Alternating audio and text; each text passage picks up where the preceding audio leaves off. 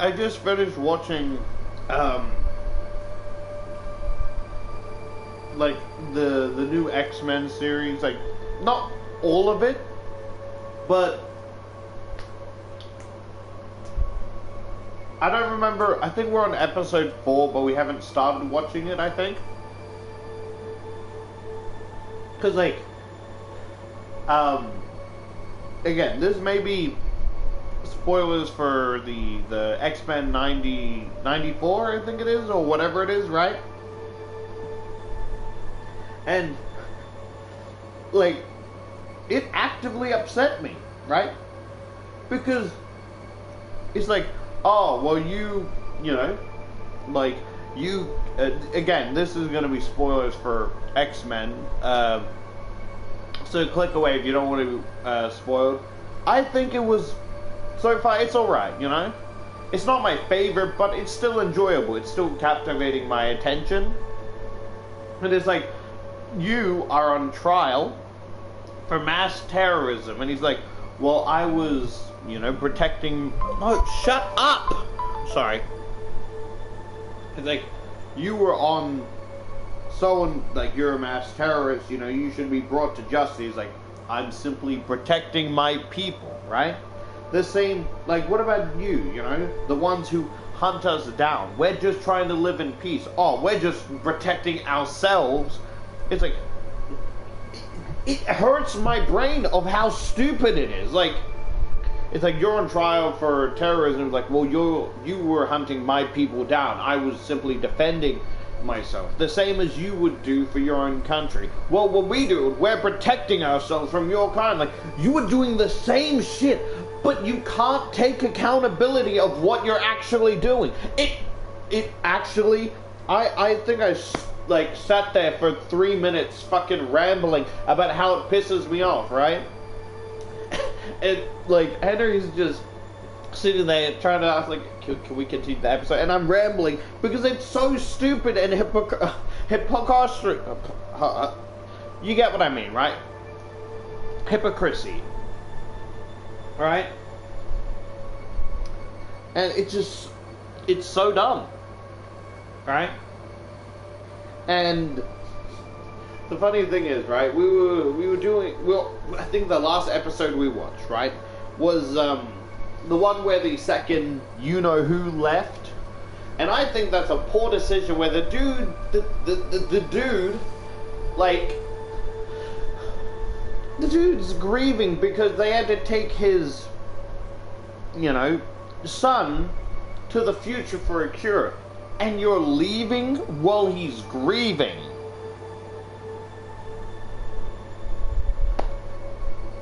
Maybe like, I get she has to be her own person, but it's kind of fucked, you know? And then I'm watching it, right? And then I was talking to Henry, right? Because I was questioning, like, you know the scene where, like, he's fighting the second you-know-who, and she has that whole get-up and shit, and I'm just thinking, and I talked to Henry, I'm like, Henry, is this appropriate to watch with you? Are we on Disney Plus? And he's fucking laughing like, yeah, it's fine, don't worry about it. I'm like, it feels like something I should be watching alone.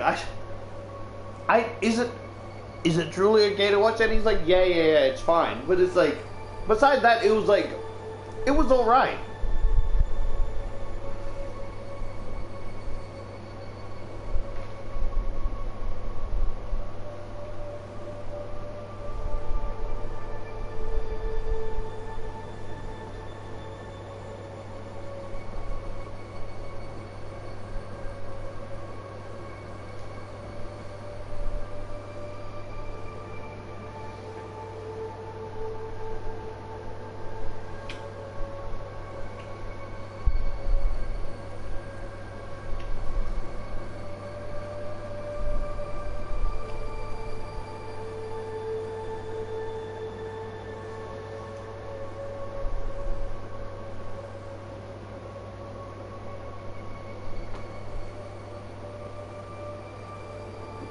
The cheese is on the top of my gum.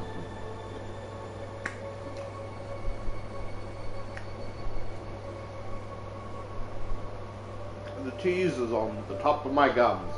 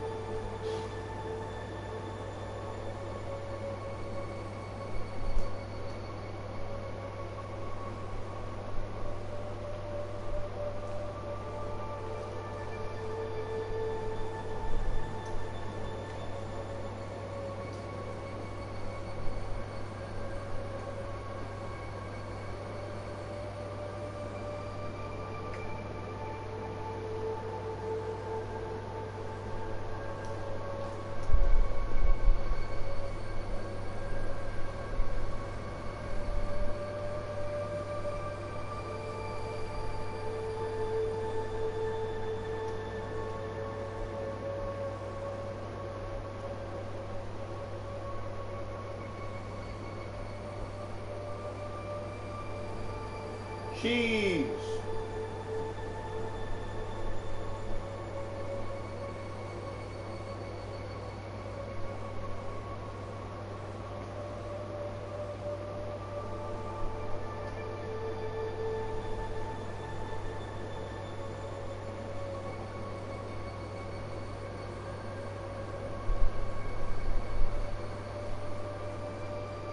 Ah.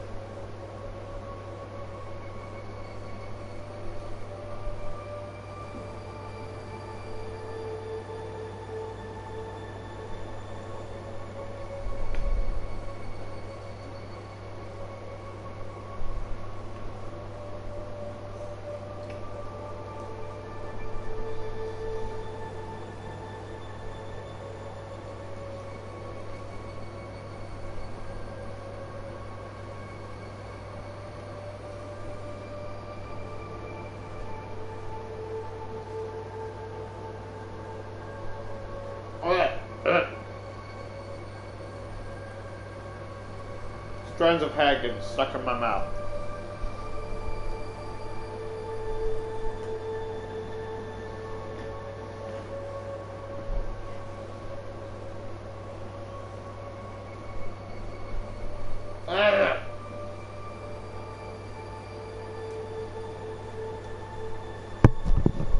Ow.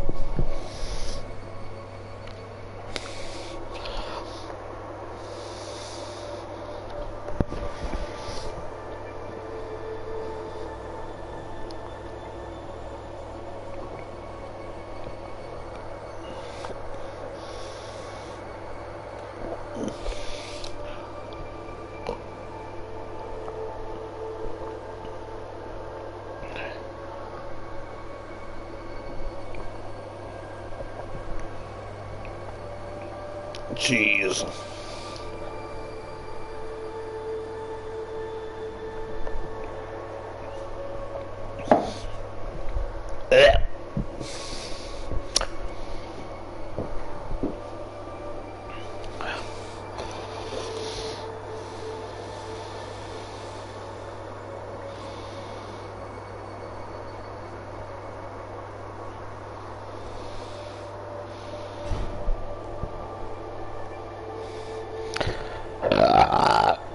Buttermeat.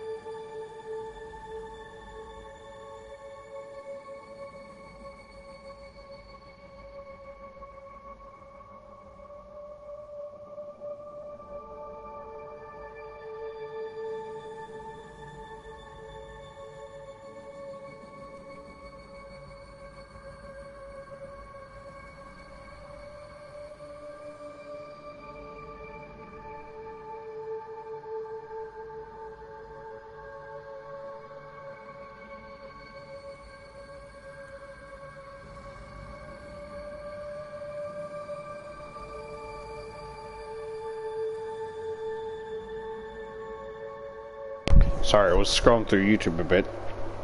Wanted to put the phone on the stream so I know if it turns off or whatever.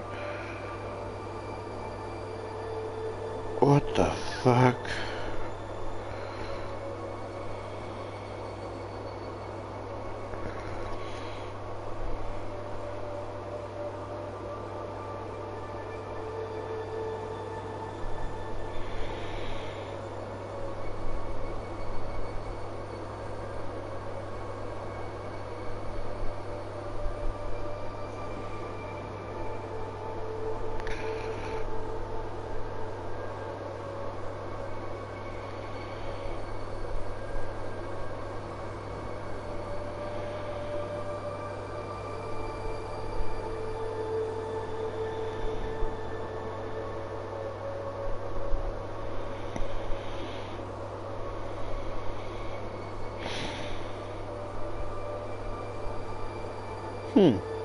I never thought about it, but like, because I'm trying out all these dungeon crawls and shit, I might try out Hades.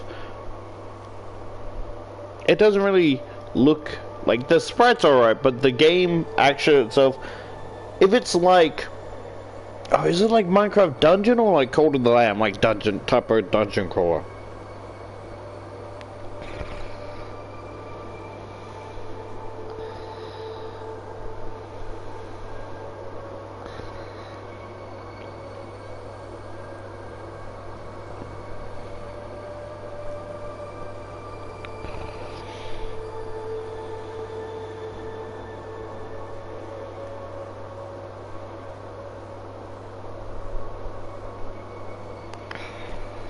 Ew, ew, ew, ew, ew.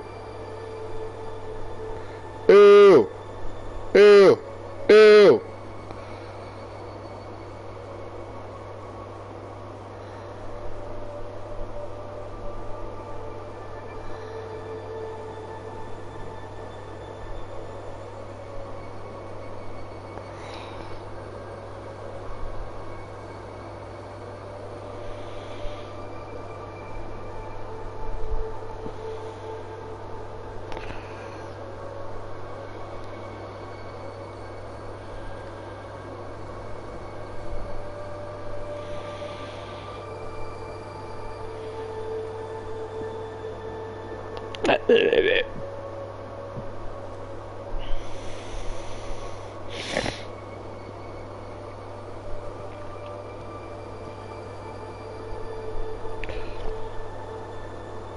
Again, I will be fixing the title sometime in the future. She's still here. Let me check something real quick before I start reading, alright?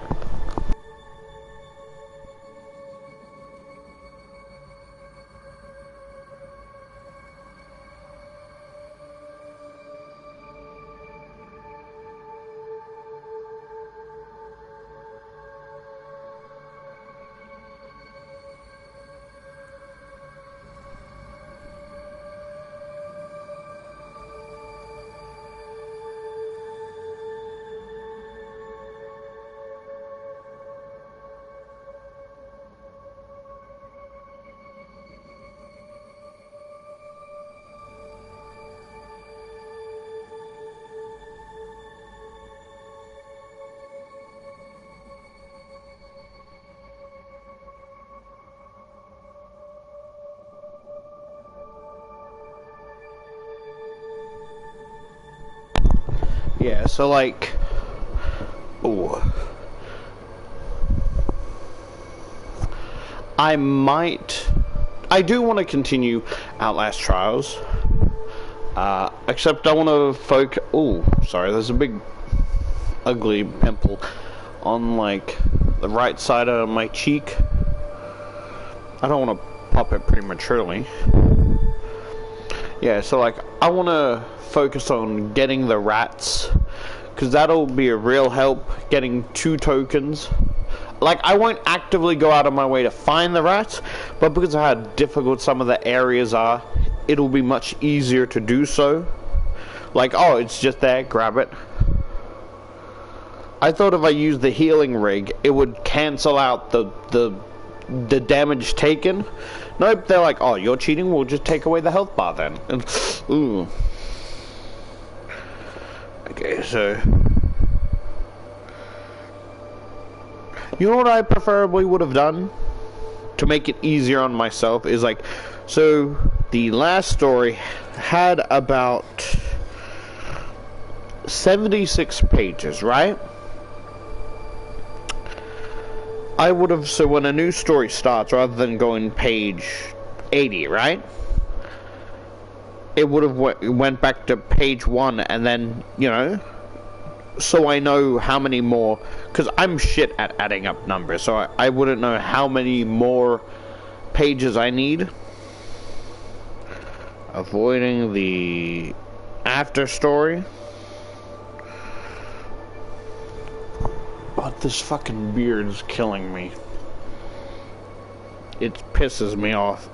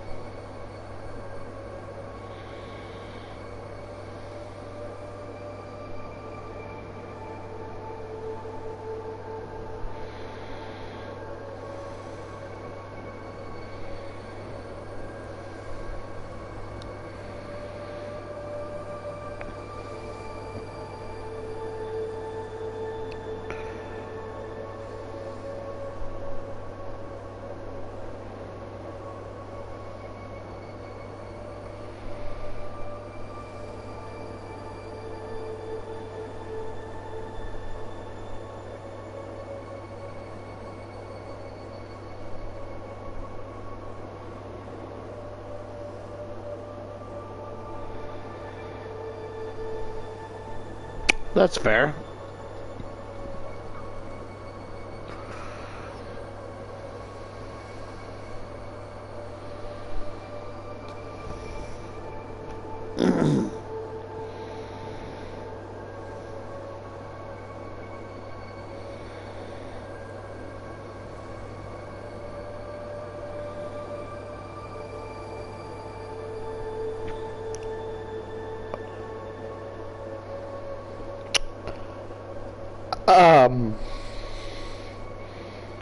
Excuse me?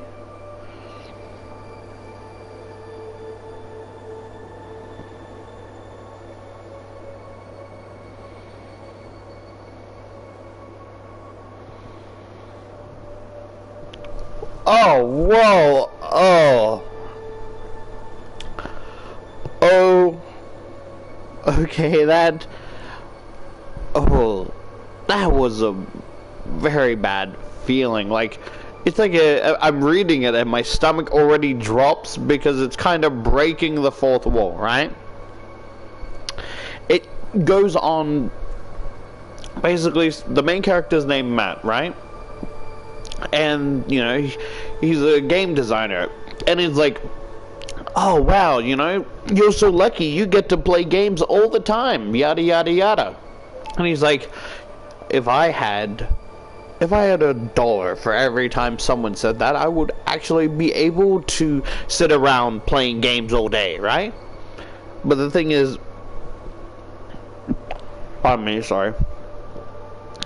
The problem is,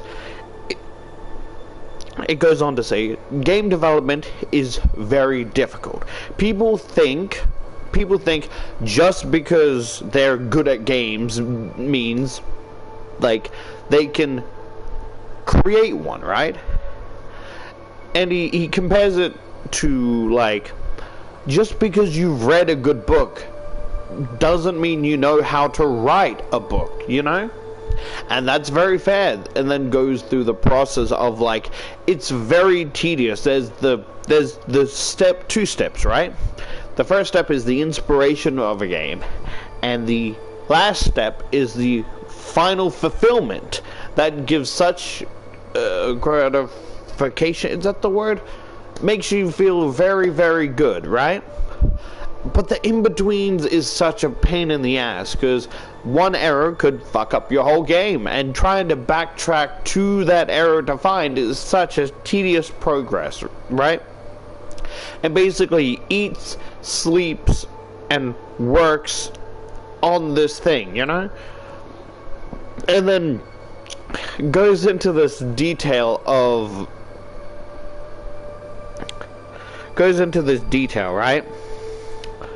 Of, well, not detail, but it's like, so apparently he's not in the universe of Five Nights at Freddy's, but he's in this world, our world. He's programming, let's see. He's basically making a virtual reality game, right? Which sounds fun. But he was more refining the AI in Springtrap's Revenge. And if I'm not wrong, that was the name for FNAF 3 Bonnie, right? And it goes on to say that it's like, oh, this is, you know, people have high expectations of this game. Because one, it's virtual reality, it's like a new concept, or not. Wait, does it say that? Don't want to make myself a fool. Yeah, a new cutting-edge technology. It's basically saying, right? And that, plus the famous world-renowned The Five Nights at Freddy's series, is sure to be a smash hit, he says. And just reading out, like, it's kind of breaking the fourth wall, it's like a pit in my stomach, you know? All the established characters and worlds of Five Nights at Freddy's.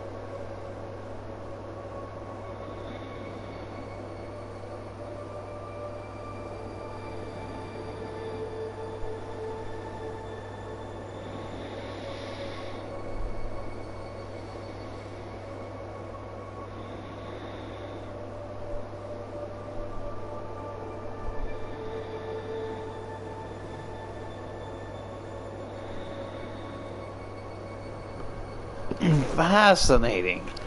Fascinating. Very, very fascinating. He puts on the headset, right? Sorry. It's a bad habit of like I have a bad habit of doing stuff like that when talking about something. Like, and then he came down and then his arm flew off. Like, you know? Like, I had a bad problem with, like, you know that one video, it's just like that girl talking to the guy, it's like, it's like, you say that every sentence. That was like me with the word like, and I wouldn't get annoyed when my mother would point it out, but like, a little bit irritated because I can't really control it. Like, see? I mean, I think I did that on purpose, but you get what I mean?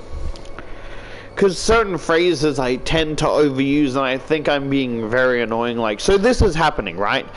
You know, I'm trying to read it, like, because I guess the way I'm trying to portray this, right, is my first reaction, right? But then someone else pointed out this is kind of like how Doggo does his reading thing. And that's not what I'm trying to do, right? I'm not trying to do this for you, but I want you to know what I'm reacting to, right?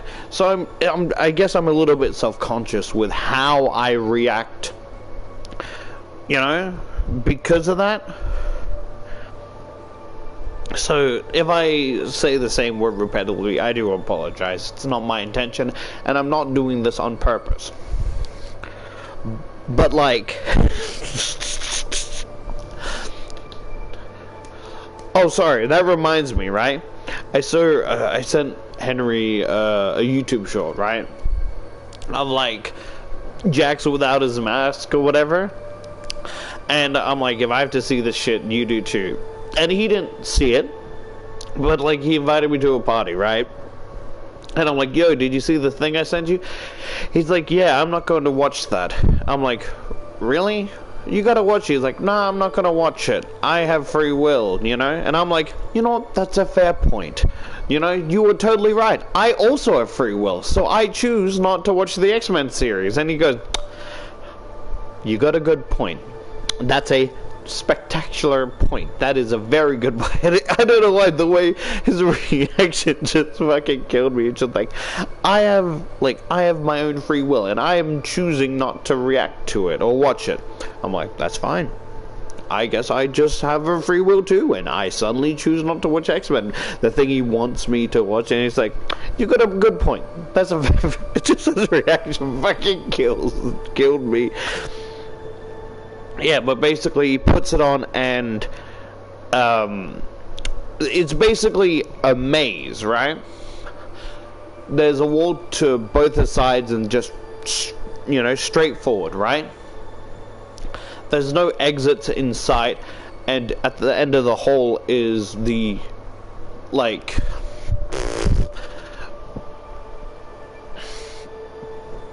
I don't want to use the name Springtrap, because I feel like I've kind of grown attached to the name FNAF 3 Bonnie, and so I'm a bit biased and like to call him that. And I think, like, you know, the Springtrap is kind of a dumb name, but I guess also FNAF 3 Bonnie is also a fucking dumb name. So we're both at a stalemate of dumb names, you know?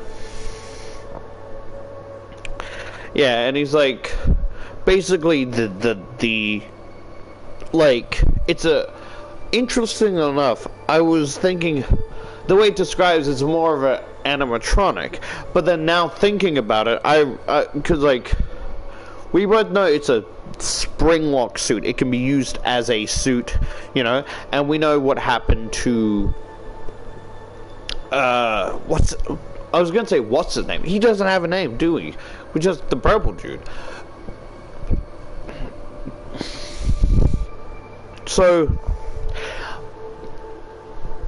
okay, that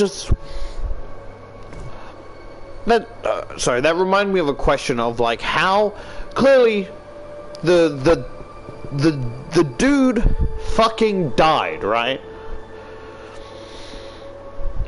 But in the game, like, he's, you know, up and moving, right?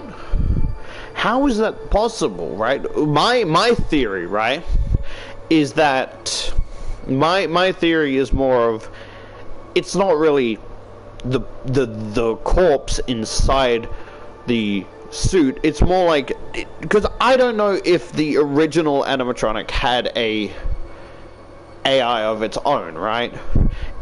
Because it has a programming, but does it really think for itself, right? The reason the other animatronics moves is because the fucking the demonic spirits and shit possess the, like, machinery, right? But, like, with this, it's still a programmed machine. So if it had an AI, then that would make sense of why it moves around. It's not the corpse inside because it's a corpse. It's the reverting back into animatronic mode, like, because of the spring locks, that the AI went, you know, was shut off. It was shut off, but then it, you know, when it went back into place, you get what I mean? And so I was thinking about this because I'm like, oh, so it describes in the book that it shows the metal undercoat, right? All the mechanical parts, but says nothing about, you know, the actual corpse. And I was like, oh, but then again, I remembered that it can be changed into suit mode or animatronic mode. So it doesn't necessarily have to have anyone inside, you know? And I think that's cool to see, oh, it's just another, like, the endoskeletons from the game over from the first game, right? Like those ones I imagined.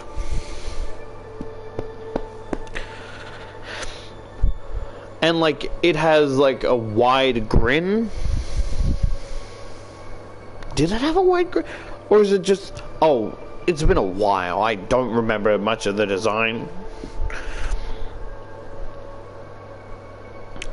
And then he's, like, going on about he hates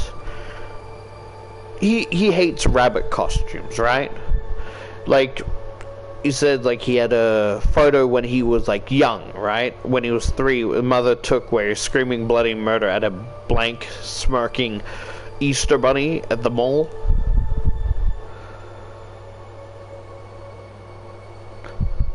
And he wanted to put that fear into this, like, killer rabbit, right? It describes in the book. And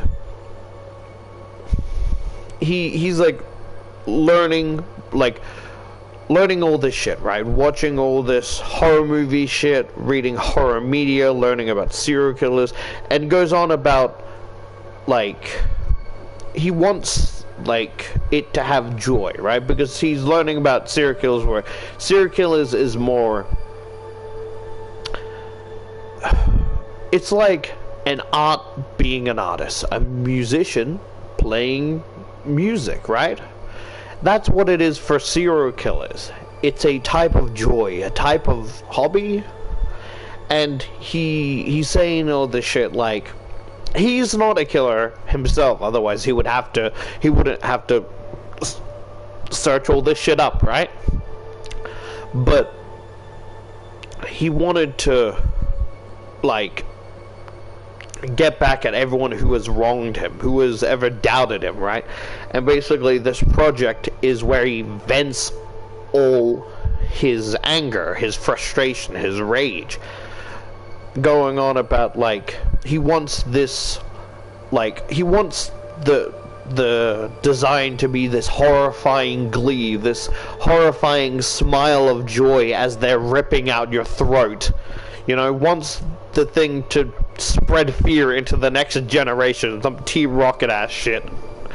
Prepare the world for devastation to unite all users within our nation. To pronounce the evil of love and above. I can't even remember. I'm fucking it up. Sorry. And it's like, that's not a good thing. That's gonna... Can I tell you how I think it's gonna end? It's gonna be more like he's running, like he's stuck in the VR, like he can see forward, right? But he's not necessarily stuck in the VR. Where he's running in his mind, his body is acting as the Springtrap's revenge, right? He's going like as this murder, like basically he's trapped in his mind while the, like, his body acts out as what the, like, the animatronic in his head is trying to do, right? And basically I imagine they're trying to, like, they shoot his, like, so they shoot his hand to drop the knife, right, whenever cops are around him, but he just sees the rabbit stabbing his hand, like crucifying him, right? And as they're, like, as he drops it, right, they try and peel the headset off, but it rips out his eyes, and he has full control of his body again, shivering, apologizing, but he can no longer see because his eyes are just ripped out of his socket, blood dripping down his cheeks as he screams in pain. All he sees is the darkness, those eyes, and that glimmering smile, that horrifying smile. That's all he sees.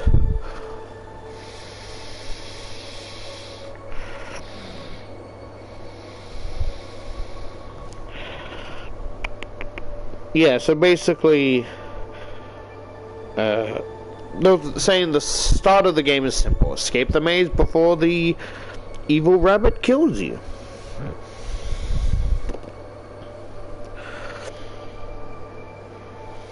But the maze itself was absolutely difficult part, he says.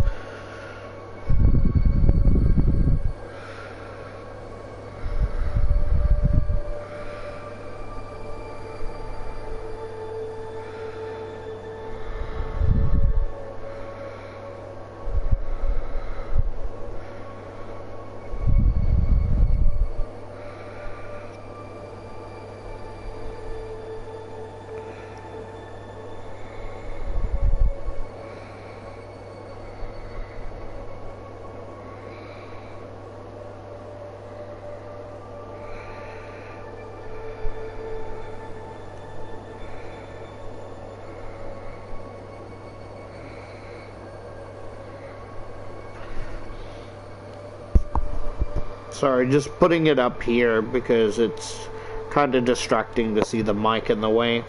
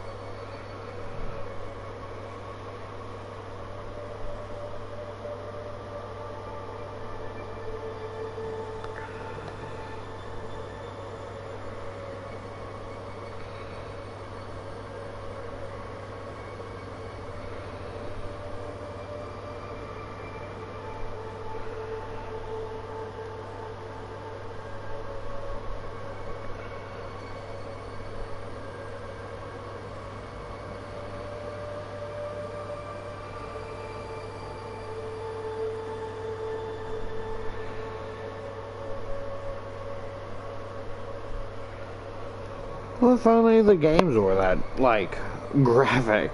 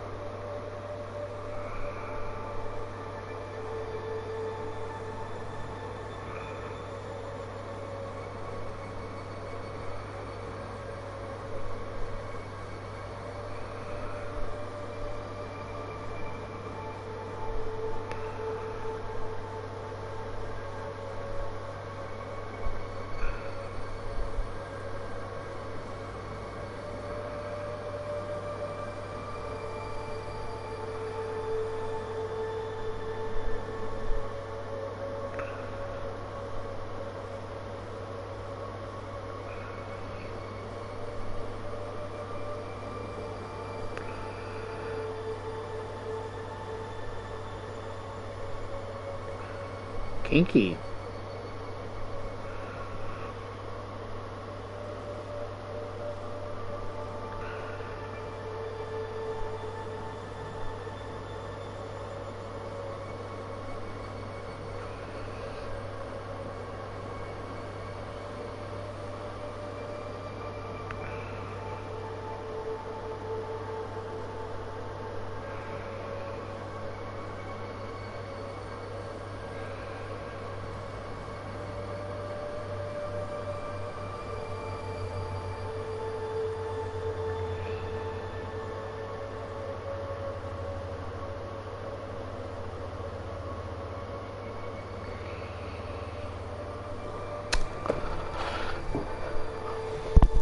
Wow, you the fucker keeps losing at his own game and getting pissy about it. He runs like it's a bit confusing, but shit, sorry. He goes down a hallway. I would say straightforward, but the book says that the animatronic rabbit is down the hall, so it wouldn't make sense to run down the hall at it. It's like a door suddenly appeared on the left that wasn't there before, and then down that hallway he appears in a box, right? Because he went left because he heard or saw the rabbit to the right, and he's trying to, of course, avoid it, right? And he's in this box with like 4 doors, right? Three of them will take him to the next stage, where the next one, and one of the fourth one, it's randomized, right? So 3 will take him to the next stage of the maze, and one of them will be a game over and have the rabbit behind it. The problem is he doesn't know which one has the rabbit behind it, because he couldn't think of anything to tell. He couldn't think of a way to tell the difference. So he's just as clueless as any other player, right? He opens the door straight ahead of them, right? And the ambience comes to a screech as the animatronic lunges like forward, stabbing him where the eye would be, and he kind of flinches back, expecting to feel physical pain. And then it cuts to like a third person where the avatar's dead, laying on the floor face first, as the rabbit cuts off the avatar's ear. And I don't know, my brain flickers on and off, and I can't remember what he does with that, and rather than taking the headset off, he just tries again. Does the same thing, gets to the same area, except this time in the box of doors, he goes to the left. And again, it comes to a screeching halt with the ambience, with the the rabbit lunging at him, face, and he actually like flinches backwards again, and it cuts to again your avatar on the floor, but it's kind of implied that like this time, rather than taking an ear, he bit off your entire face, licking his lips. He fucking has a tantrum and throws the fucking headset on the floor. Not on the floor, wherever. He's like, he should be more gentle with that, but it's whatever, you know? He's like, why does he keep looking at him with his, looking at the fucking corpse with such a devilish, joyous grin, like, my brother in Christ, you designed it that way. And then he grabs a coffee mug and fucking yeets it and breaks it. It shatters upon impact, leaving a brown stain all over a white wall. And he hears someone go, knock, knock. He's like, why the fuck do people do that? Isn't knocking already enough? And he's like, annoyed, right? He's like, yeah, not wanting to be bothered.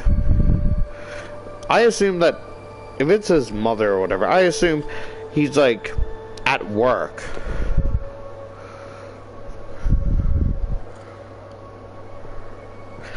Ah, okay, yeah, I see. So it's not his mother.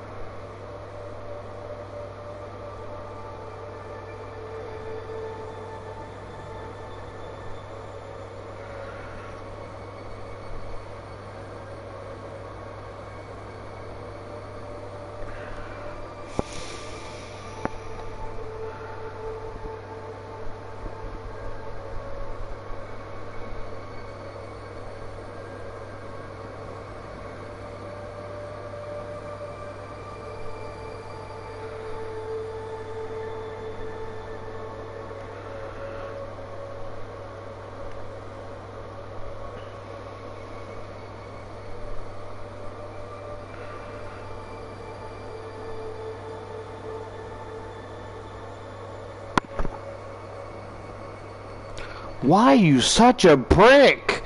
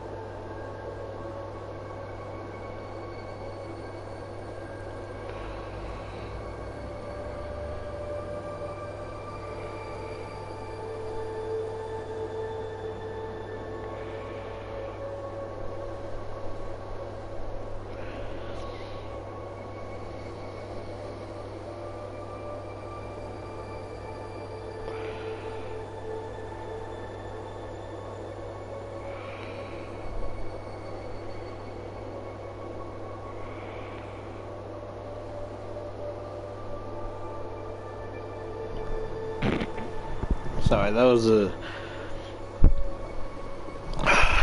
He's such a fucking dick. Why, like... I can understand that some characters can get emotional in certain areas, but it's like, being emotional doesn't... Well, I mean, I guess it does mean being a dick, but he's just a dick. Basically,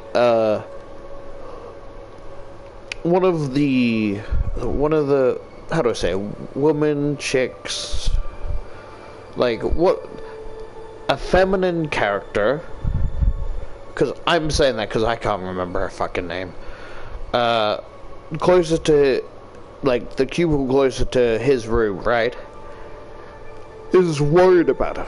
And he thinks she's two-faced and this, that, and the third. It's like, oh, you know, is everything alright? Made a lot of noise. He's like, it's fine. It's just, you know, part of the process, you know. She's like, is that the creative process I was hearing? He's like, of course it was. She's giving him a smile. He's not giving her a smile. He's being a dick. Because, like, I can see right through you. She gives a smile like how a dog, like, sneers and, like, smiles when you found out the dog peed on the carpet. It's like, because she's absorbed in drama or whatever. It's like, what the fuck am I supposed to say? I got mad at my own damn design. I couldn't win my own game I'm creating. I got frustrated because the big bad rabbit caught me again. And it's like, well, do you want me to... I'll be leaving then. Do you want me to close the door? He's like, I didn't want it open in the first place. And it's like... Can I give a little input of how I would have responded? I would have, you know, breathed in and out, just... Sorry, my bad. It's a little bit embarrassing, but I've been struggling in this stupid game. I'm sure I'll perfect it eventually, but I apologize if I'm making a mess or, you know, making too much noise for you guys to work, you know?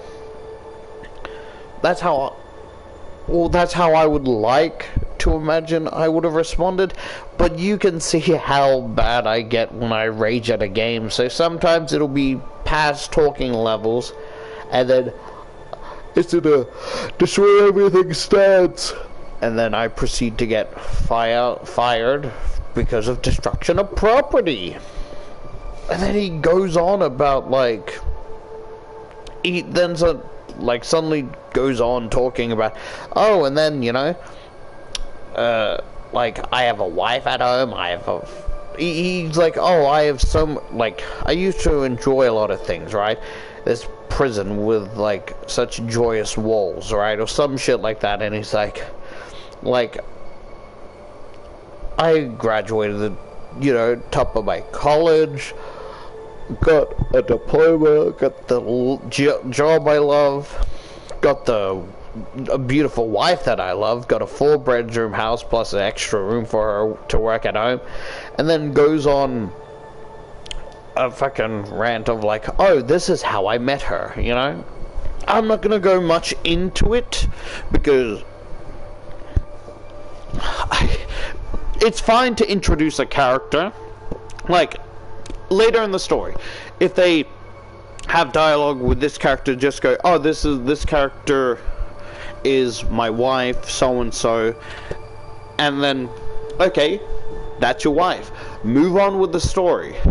I don't need this extra pages taken up with telling you how, oh, we met in chemistry class, she was the top with A's and I was struggling with my balls, and then I got up the guard to ask her to tutor me, and then we went to twice a week, and then eventually it's like, oh, would you like to go on a date with someone way worse than someone in chemistry? And then, like, it's a lovely story of how we met. When people asked, we just said we had chemistry, which I think it was a shit joke, but it was funny as well. I'll give it that. But it's like, I'm not trying to be a dickhead or whatever, but it's like, I really don't need this information to the story at hand.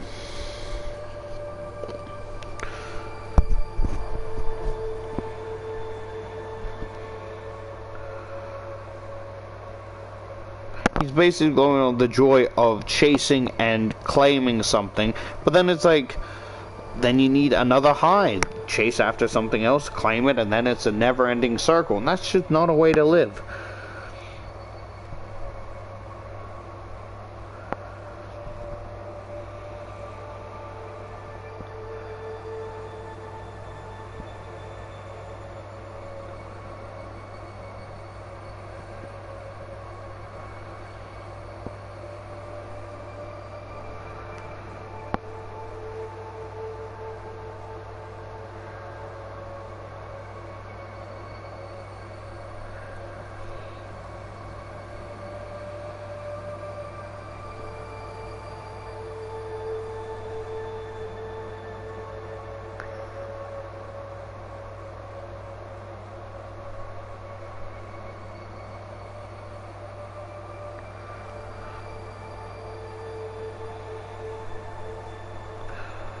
Okay, bit cocky, but whatever.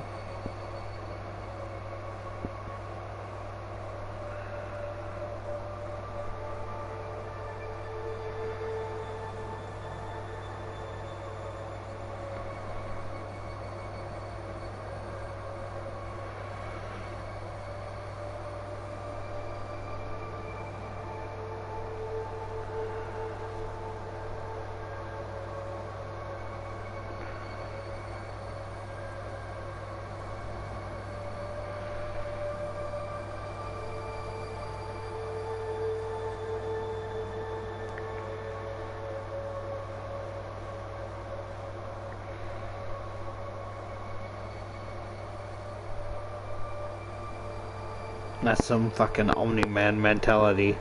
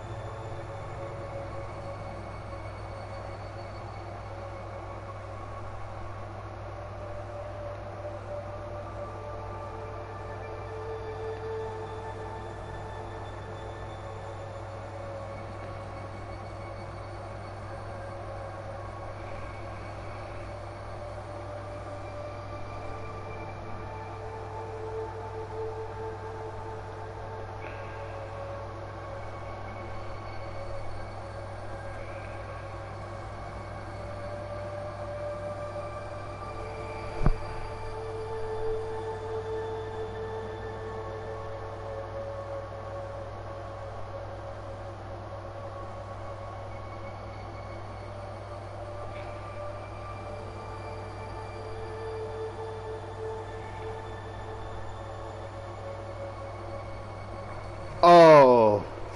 Oh.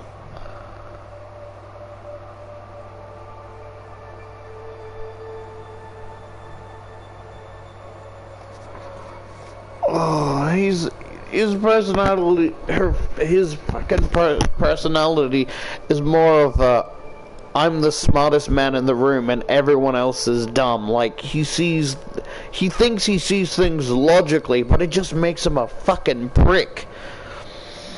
It's like, if being smart means having no sorrow, no empathy, whatever, then I'd rather be the dumbest person around, because at least I have people around me that I can love and be loved back. He was just talking about, like, he went on about how, like, what I was saying, right? It's more of a high to go to the next, and then, like, when you really think about it, like, when you really think about all the problems in between, it, you know, it wears off quickly. He's going on about like, oh yeah, having my favorite dream job is the best, but having to listen to these boring meetings with such insignificant little details and trying to listen to them with respect is sometimes almost impossible. Because like, why should I listen when I have the best ideas in the room, right? And same with like the house shit, right? It has so much plumbing issues that they might as well just have a plumber stay in the spare room because of how often it is, right? And he goes on about, he fucking goes on about like, you know, after chasing like the whole thing of trying to chase after and get Hannah for his own, it eventually wore off quickly, and no after fact of staying with that person and that person only, right? And she's always asking for, you know, she wants to start a family, and he's always trying to put it off, right? Because like, she would always like, they would always go to the Italian restaurant and then kind of soften him down, or is it soften him up, before having the conversation going, I think it's time, and he goes, what, for dessert? You know, the vibe gives me? It's like that one video of the guy, like, the girl gives the guy a gift, and it's like a ring, right? It's like, oh, here you go. I'm like, oh, a ring. Give it to me. Okay. I do. You do what? Drugs? That's what it fucking reminds me of. And she's like, if she wanted to, like, you know, it's like, we got to think about our careers first, so and so, right? She's like, oh, well, with the agency I'm doing, I can balance having a child and my job. He's like, well, if you want, you know, if you want something to look after, you could always get a dog. And he's like, well, that didn't really, conversation didn't turn out well. But the worst time is like, explain that if she ever gets like, pregnancy and motherhood would ruin her, you know, her figure, her petite, small, curvy figure, and she basically called him shallow with throwing water in his face. It's like, it's just, how do people read this?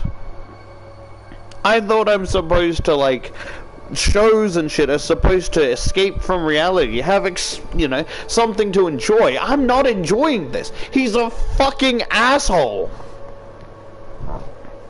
Like, with me, look, I'll be up front. I don't think, I can barely take care of myself, so I don't think I would ever start a family with someone. Mostly because, one, I'm looking for a dude, and two, I would have to, like, learn and, like, grow up and shit, and I just, that just sounds so boring, you know? I'd rather just be in the present and just be me. So if I can't look after myself, what makes you think I can look after another smaller version of myself? Plus, then there's also the cleanup and stuff that I can't deal with because it grosses me out. It's very immature, I know. But at least I'm upfront about it. I don't try and put it off like, maybe so-and-so. I'm like, nope, sorry. Look, if you want a child with me, you're gonna have to do all the efforts because I have no interest in that, you know? And that's to hopefully put people off on that idea, because it's like, if we have one, that's entirely your responsibility. And I know that's immature, but I'm not a mature person. Again, I can barely take care of myself. Who knows, I might get envious of my partner, like, giving more attention to the child than myself. Again, very mature. So that's why I think I should really, like, I'm slowly slowly working on myself, right? I'm slowly, I want to learn how to cook. I want to learn all this basic stuff. It's like, I'm fine with learning, but if you tell me, hey, you have to learn this, then I don't want to learn no more, you know? Like, I'm not the best person, but compared to this fucking character, apparently I am. So, like, I'd just rather, like, my bloodline's gonna die with me. That by choice. Most of the people are like, oh, I can't get a date. Well, boo-hoo. I mean, that's because you can't get a date. I actively choose to end my bloodline. Or it could, my brother could, would that still count? My bloodline? His bloodline? Brother? You get what I mean, right? It's like, I don't want to be an adult, and I choose not to grow up and, you know, be responsible. Why be responsible when I have other people for that? I can take some responsibility, but a whole mini-me? Nah, sorry, that's too much responsibility. It's like, you're most likely gonna get an infection because I refuse to change you, and you're literally sitting in your own shit for the past 2 hours. That's gonna harden and get infected. I don't know how shit works, but that sounds like something bad. You get what I mean? I'm not saying you should agree with me. I'm a fucking idiot. This is not something you should be agreeing with. But I'm telling you so you can see my perspective of how I feel, you know? But it's like, at least I actively know I can't look after another mini-me. This guy is just being a dick of like, oh, you're gonna get fat and shit, and it's just not gonna be pretty. If I truly love someone for who they are, I don't care.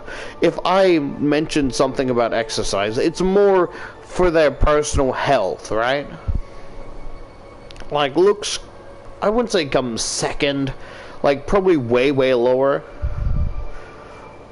Although then there's the selfish part of me feel like I could become unattracted to someone over time, if that makes sense. But the majority of my brain is like for their own personal health. They don't have to be the fittest, right? But as long as they're at a healthy weight and not, you know, needing a fucking crane to lift them, then they can do whatever. Again, my points of view are gibberish and not to be agreed upon. Because I am not a responsible role model in the slightest, and I refuse to act like it. I refuse to be responsible so you can look up to me. Look up to someone else. Look up to fucking Markiplier. He's a good person. John Wick. Fucking, not John Wick, actually, no, scratch that. I meant Keanu Reeves. I apologize. My brain's spacing out. Yeah, but like, I choose to grow as a person. I will grow in the areas that I choose, you know? That sounds very wrong. But I mean, like, if I learn to cook, if I learn to clean, if I learn to do these little things, the basic needs, I will do that of my own free time, you know? Of my own free will. I hope that makes sense, and again, as long as it makes sense, you don't have to agree with it. I'm not trying to get you to agree with my beliefs, because sometimes my brain's random ramblings are only something I can understand. So as long as I get it through your very smart skulls with my fucking gibberish noggin, then that's all I'm saying, you know? Too long didn't hear, I'm not mature, or I'm not mature enough to raise a mini-me. So I choose to perfect myself, and it's my choice to have my bloodline die with me. BRB.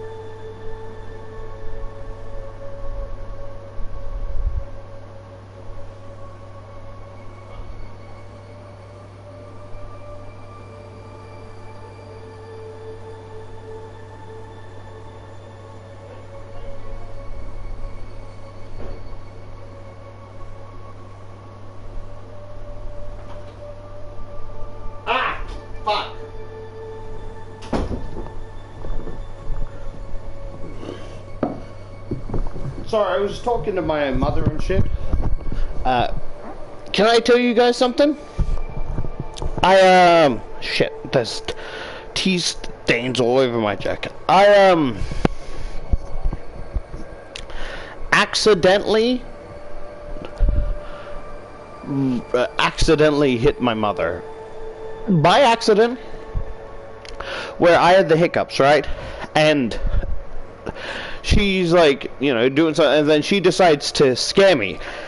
And I don't know why, but my body went into a fight or flight where I spin quickly, raised my hand down, and just slammed the palm of my hand downwards on like the, not the shoulder, but like the forearm part, and just went, and she's like, ow. I'm like, I told you not to do that multiple times, because I don't like being, you know, I don't like people scaring me. I'd rather drink water, drink something else. So as you can hear, I still have the hiccups. It did not work. And she's like, she's surprised, not that, like, I accidentally hit her, but of how quick my reaction time was, right? And I made sure it wasn't anywhere like the face or the cheek or anything. It was like, even if I could, I wouldn't think of it because it was a fight or flight reaction. I wasn't trying to strike her. It's just my body went into, because she startled me, went into a fight or flight that went like that, and like left somewhat of like a, not a bright red mark, but you could see red around certain parts. She's like, ah, damn, you're fucking quick with it. I'm like, I told you multiple times not to do that. I'm like, I'm not telling you the rest of the story now. I was talking to her why I hate this fucking character. I'm like, I'm not gonna tell you the rest of the story now. And she's like, oh well, okay, so you're a fighter or whatever, right? And I look at her, right, and I'm like, oh, well, of course it triggered the fight, because there's not much to fight of, you know? And she's looking around the room, and I'm like, what are you looking for? She's like, arsenic.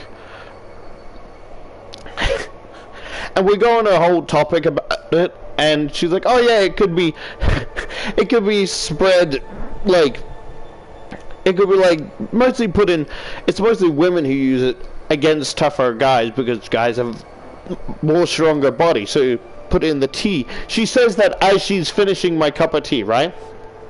She's standing there, and I'm standing there, holding my tea, and I'm looking down, right? And I'm trying to get her to notice that I'm looking at it, and she finally notices and laughs, like, there's nothing in it.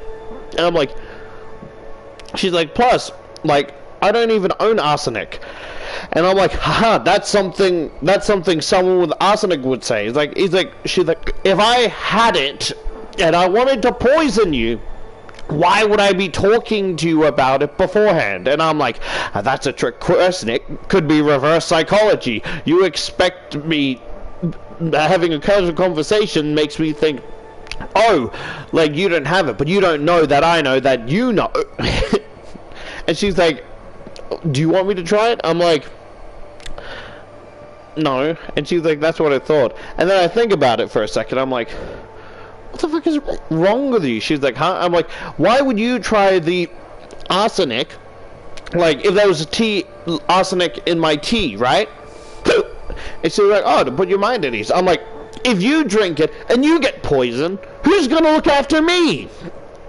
And you're gonna kill us both, a fucking double kill. And she's like, wow. I love how you, like, you're not worried about me dying, but you wouldn't have a caretaker. I'm like, and I do this fucking, like, little shrug, and she laughs. And then I'm like, love you, thanks for the cup of tea. She's like, oh, no worries. Again, I did not mean, it was a mean to, it was a reaction of fight or flight, and clearly my body felt to fight. Where this isn't the first time where it's like, you know, like, I remember a few times where my brother would like do a bluff, like kind of lunge a bit forward to like bluff me, and my fist was raised, and he's like, you were going to hit me. I'm like, was I? He's like, your hand's raised. And I look at it, I'm like, oh, and I gently, I don't know how to say it, like, it's almost like it's lagged, so it's going down slowly. Like, it's not like just instantly raised, like, it was kind of like shaky where I put my hand down. Like, I have no intention of harming anybody, but it's like a fight or flight. Like, and I was sort of joking about it because my mother is a lot smaller, so like, if something were to happen, I could probably take her. But like, my brother's much bigger and much, let's say, wider, right? So he has more strength than me, but I still well, not actively picked fight or flight, but it still triggered the fight, even with someone bigger than me. You get what I mean? And I'm talking to her, I'm like, I feel like I should apologize, but I don't want to.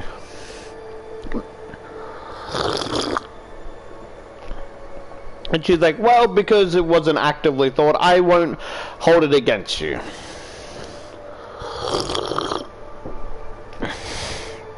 And I was talking to her where hiccups thing is like part of our brain that still thinks we're fish, and it's like trying to absorb oxygen in the water. And she's like, huh, that's interesting. And then my theory is that maybe that's why I stopped getting the hiccups once I drink some water. You know? And she's like, water, fish? I can see how you see that.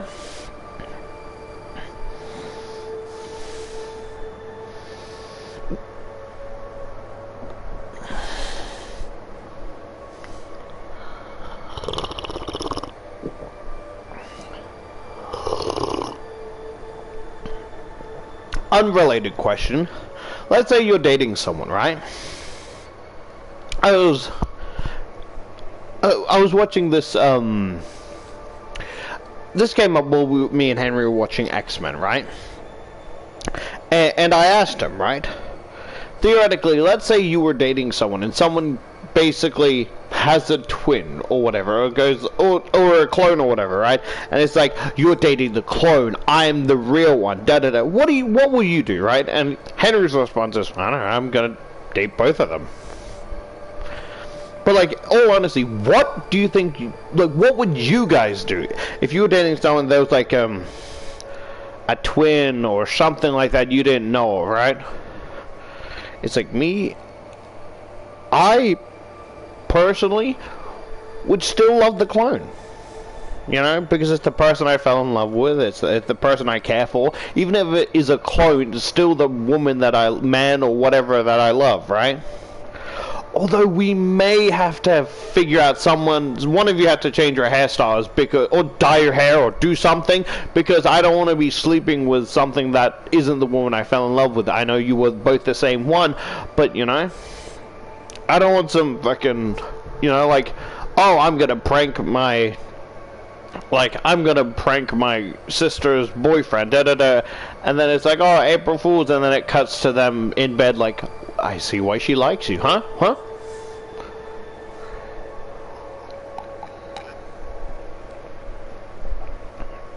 Imagine in an argument where it's like, yeah, so-and-so, he's so shit in bed. No, he's not. The fuck do you mean by that? I mean, you shouldn't judge based on people's experience. What the fuck do you mean by experience? You said it like you experience. Michael!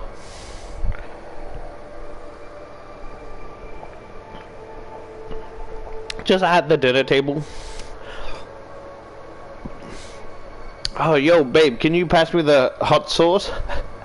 And it's like, the real girlfriend's like, you shouldn't add hot sauce to everything, and the sister goes, sure, and they both look at her in surprise, like, you fucking cheated on me with sister. I swear I'm not. Then why she reacted? I don't know. I was referring to you. Tell her.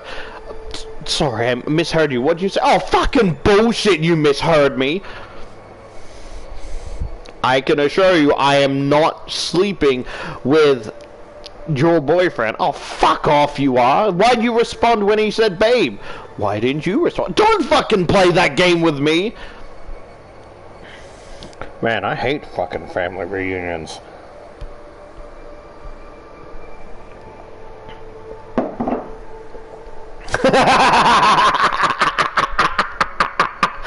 Sorry.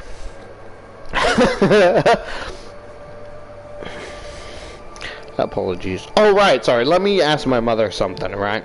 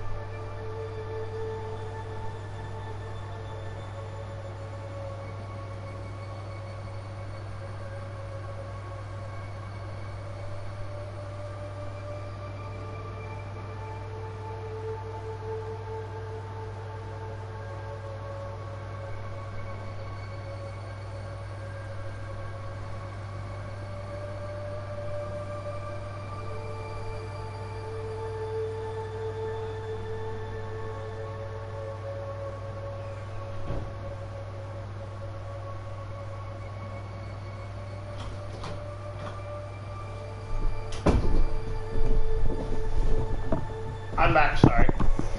Asked my mother if she could buy me a bookmark. Now, what does this say? So we're on page about 89. What is the...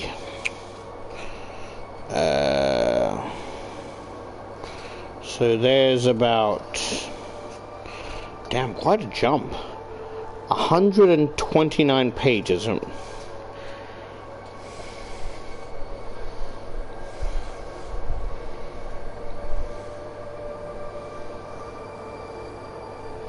Wait, no, we're on page 91, sorry.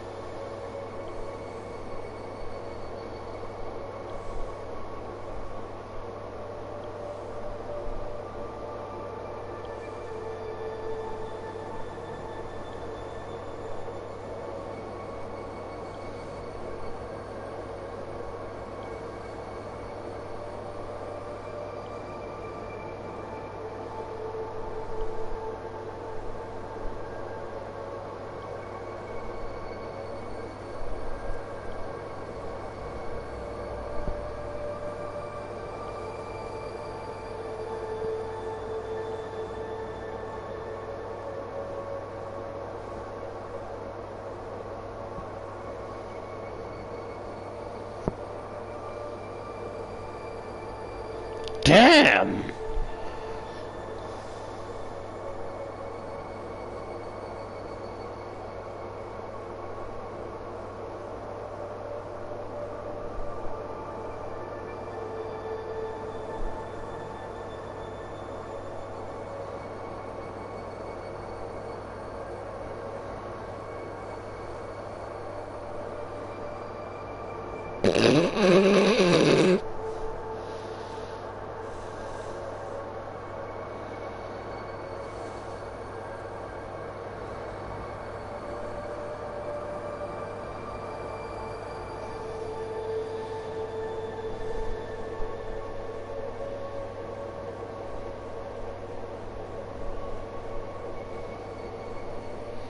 Oh, there's so many pages.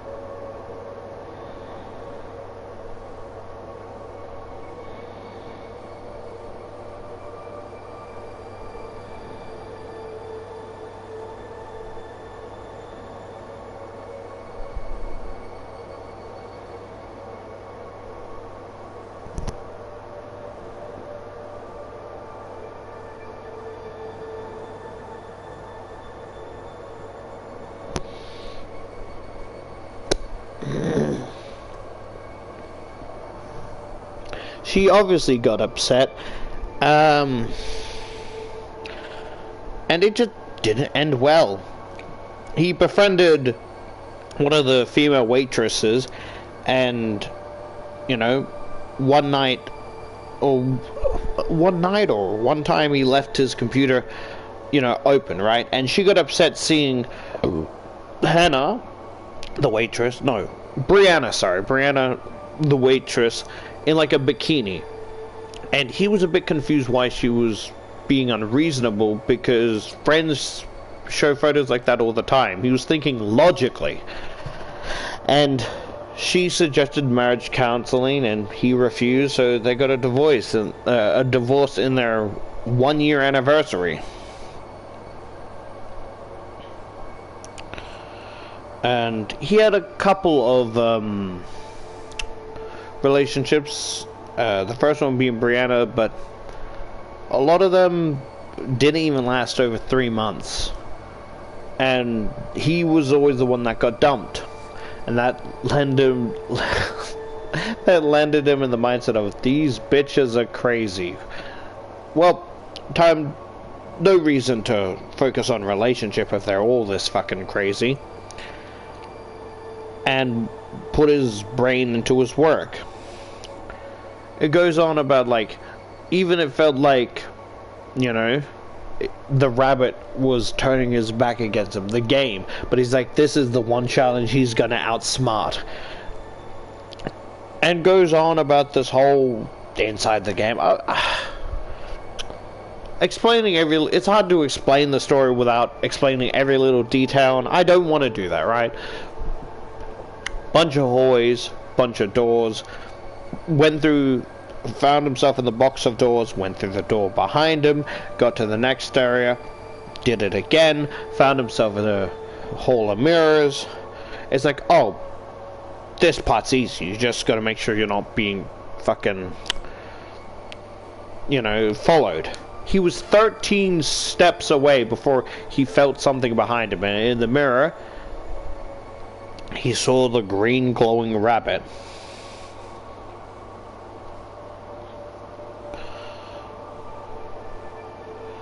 Sorry, my brain spaced out there for a second. Yeah, and pulled him up by his hair and slit his throat, cackling, laughing. And it didn't feel like just regular laughing. It felt like he was laughing at Matt, not just his avatar. And he's like, so you want to be a bitch? Okay, I can be a bitch too. I'm the bitch dealer, bitch. And then decided to yanked the headpiece and reached out his arm and cleared his desk. Damn.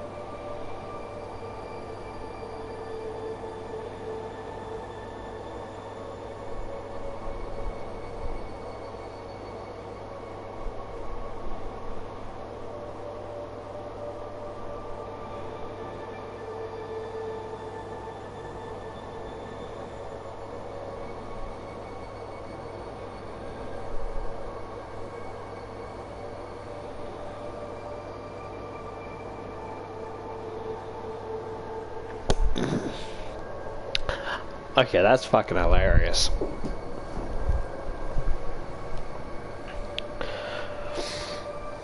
So he basically chucked the... So when it said headpiece, I mistook it for like he had the headset on, but like the earpiece of that. No, he chucked the whole thing onto the floor, right? And just cleared his desk, everything on the floor, and was like, "You wanna play fucking Dirty Bastard? I can fucking play Dirty Bastard!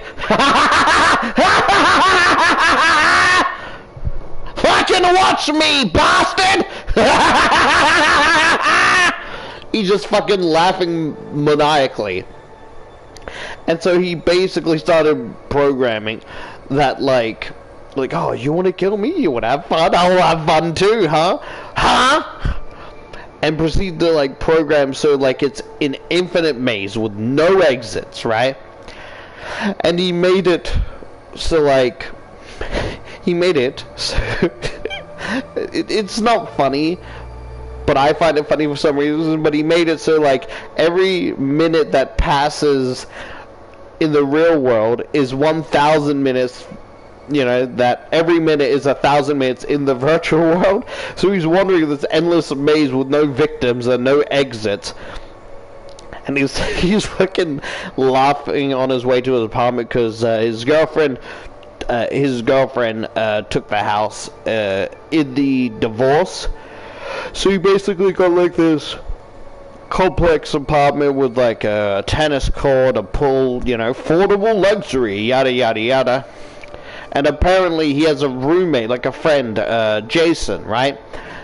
Who got kicked out by his ex at the same time as one of the relationships ended for Matt. And he's like, "Hey, you want to come to my place? You know, or like, you know, split the so-and-so, right?" And I was a little bit worried because it said like, oh, he came home and Jason's like controller in hand playing a video game. Because it was described like, oh, he has a bunch of room because he collects video games, right? I thought he was playing I thought Jason was playing one of Matt's vintage video game. I'm like, I'm not a collector. I mean, I'm a collector, but I like opening the boxes to look at them and then putting them back in the box. And because like they'll probably get dusted because of that, but I like looking and feeling on the figure, you know. So I partially get it, but I also don't get not, because part of my childish brain is like, I mean, it's a toy, it's a collectible, you know. I get it for resale value, but it's like, if you're buying something, why buy it just to sell it in the future, you know? Yeah, and I'm like, but even I can tell it's like collectors take the things seriously. And it's like, oh no, what's that? The original Kirby Castlevania Mario 64 for the NES. Oh no, you know. And he's like, hey. And, you know, Matt responded, hey, but like he wasn't, like Jason wasn't looking at him. It's like, so how was Springtrap? He's like, let's just say he's gonna have an interesting evening. What? Why? Oh, nothing, you know? What do you want? I don't care. I just want to shower. Like, he's like Thai, pizza, Hawaii, or whatever the fuck, you know? Chinese, you know, shit like that. He's like, yeah, you pick. He's like, but those were great progress. And he's like, oh, I'm happy to hear, you know? And it's like, you know, ready for, you know, kids to play. And Jason, like, hopefully older kids too, because I'm excited to play as well. Why don't they, I just had an idea. So how about like a game, right? That is like, that has, it's like a horror game, right? And there's a setting where you could make it kid friendly, but then as like, or you could have it in its original state where it's gruesome, bloody, gore, dismemberment, ribs ripped open, entrails, you know? And that's all like censored and stuff, where it's either just like a couple cuts and bruises on the body, or like completely censored in a black bar. Sorry, no wee-wee. Oh, right. Me and Henry, right, we're talking about the fucking I was talking to him about some of the newer books, and he's like, yeah, I haven't been much of a FNAF fan recently, right? I'm like, oh, damn, alright. And we were literally talking about, like, our disinterest in, like, stories that come back, if that makes sense, right? Because there's a interactive novel about, Return to the Pit, right? And I'm talking to, it was an alright story, but like, but I don't think there's a need to come back to it. And he's like, yeah, I don't think we need, like, there's a new game, there's a new fucking book coming out, and it's like, you know what I mean?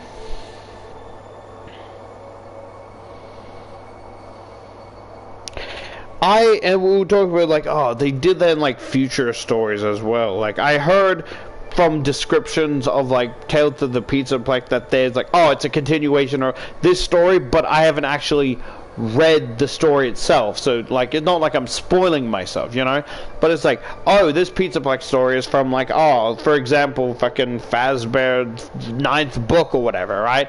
And it's like, it's so fucking dumb.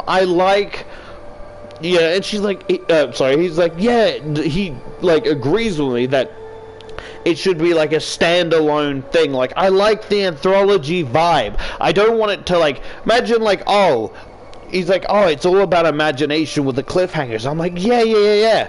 It's like, imagine the fucking Count the Ways ending, right? And then at the start of the next book, it's like, oh, she's been missing for 2 months, but we found her, very malnourished or so-and-so, but we were able to fix her back to health. It was a bitch to rip open that thing, but, You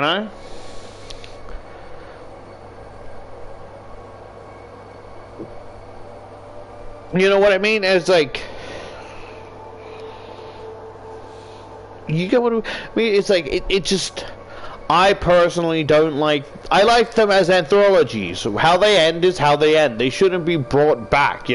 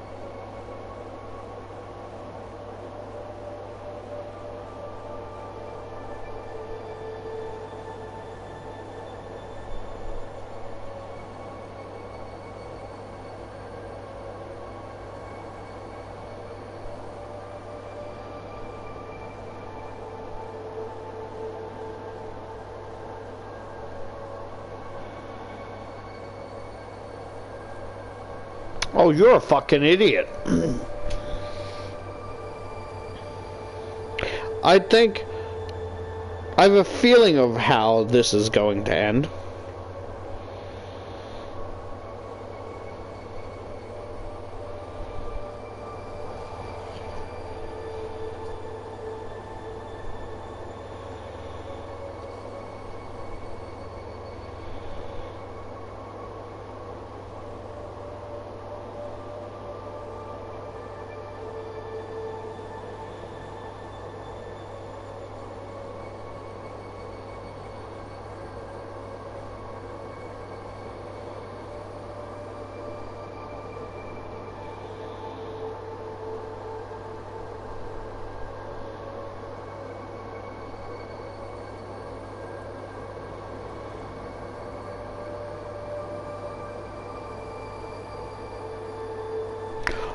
Oh, what the fuck?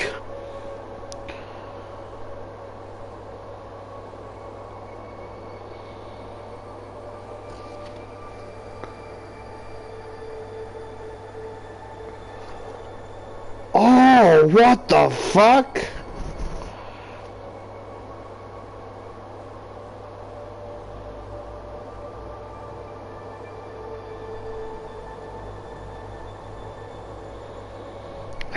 That's actually really funny. That reminds me of like a trollage incident on one of the videos, and it's like he goes on to explain that at first it was fine, right? He was enjoying the way his life was, no feminine emotional like bullshit.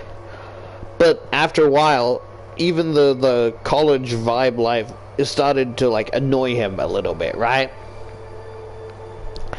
And he got annoyed how Jason worked at a call center, and he didn't want to challenge himself. He didn't want to do anything ambitious. How can he live like that? He was even getting on his nerves, like, he's like, oh, I gotta make some new decisions if I want to move on with my life, right? And he basically had a restless night, slept, sorry, and then he says almost restless, sleep, or whatever, right? Sleepless, restless. Basically, I think he's saying he couldn't get any sleep, or he mostly had sleep, right? And then went back to work, went to the break office to have some shitty coffee that he knew would be bad.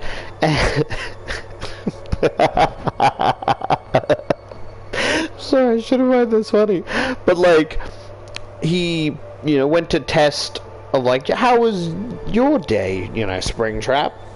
And he basically put on the headset and he did all this fucking running in circles, went through doors, yada yada yada. And he's like, he should have, like it's nice that he wasn't behind one of the doors, but like, it's been a while and he hasn't seen anyone, right? And he's like, he should have, like, there was no cheap tricks, no sneaking around, no seeing glimpses of him at the end of corridors. There was nothing, right? And that was odd. So he basically took the headset off and looked at the code, right? And looking at the code for the last several days, right?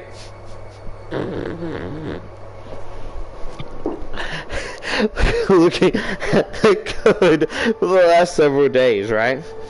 He's like, oh, okay, that makes sense. He's been walking around. That makes sense. Yeah, But something else he didn't expect, right, is after all those days with no one to kill, when killing was his life's only purpose, Springtrap seemed to spawn a new version of himself immediately, and the new version killed the old one.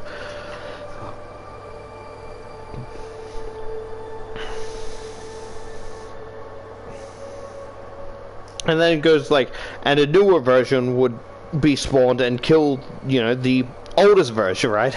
And he's literally like, I have no one to kill. For the love of God! For the love of God! Kill me! Fucking kill me! There's no one to kill! Fuck it! I'll do it myself! Wait. That was the... Where's everyone else? That was the only person I killed? No! I can't live like this! Kill me! Kill me now! It's a fucking Mr. Meeseeks loop. Living is suffering! I can't do this anymore! It's just the thought in my mind is like, I can't fucking do this anymore! Why? Living is pain! I'm Mr. Meeseeks, look at me! That he can't find anyone, so he literally spawns himself just to kill himself. And then the new one's like, I have no one else. No one! And then proceed to spawn another one to kill that one. It's a never-ending loop.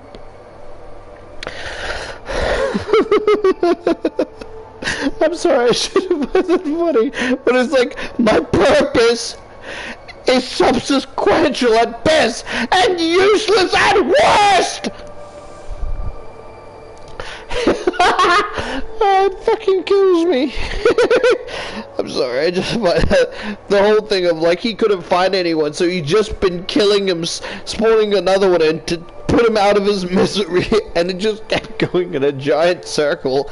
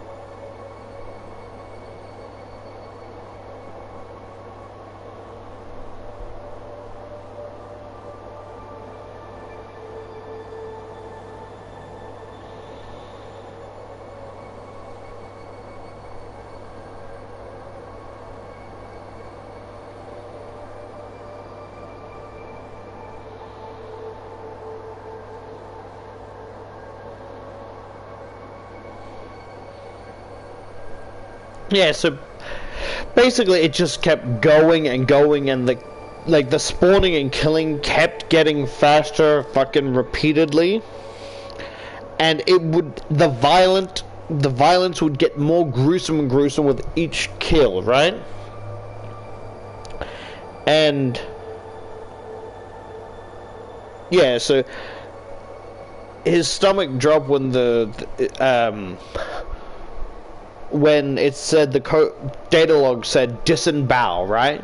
Which confuses me, because how are you gonna be sick at disembowel when you know it's just a animatronic in a rabbit suit? Like, there's just metal. You know, what is that to disembowel? Oh, my wires! Oh, my tethering! Oh, my screws are loosening! My metaphorical organs!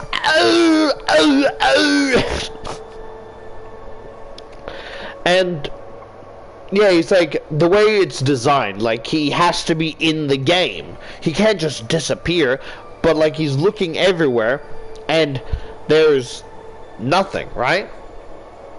He can't find him in the data logs. He just, after like dying millionths of times, he just disappeared. And he's like, okay, maybe he's in the code, right? I may have been absent-minded, right? Hannah used to tease him about cell phones, car keys, shit like that. But coding is something he's good at. He's something he wouldn't but maybe he was tired, right? And he looks into the code, and where he should be, the code is fucking smited. Like, it's so jumbled and broken that it's almost unrecognizable. He tries to delete it, try and repair it, but it wouldn't disappear. It's like in one spectacular suicide, he smited himself.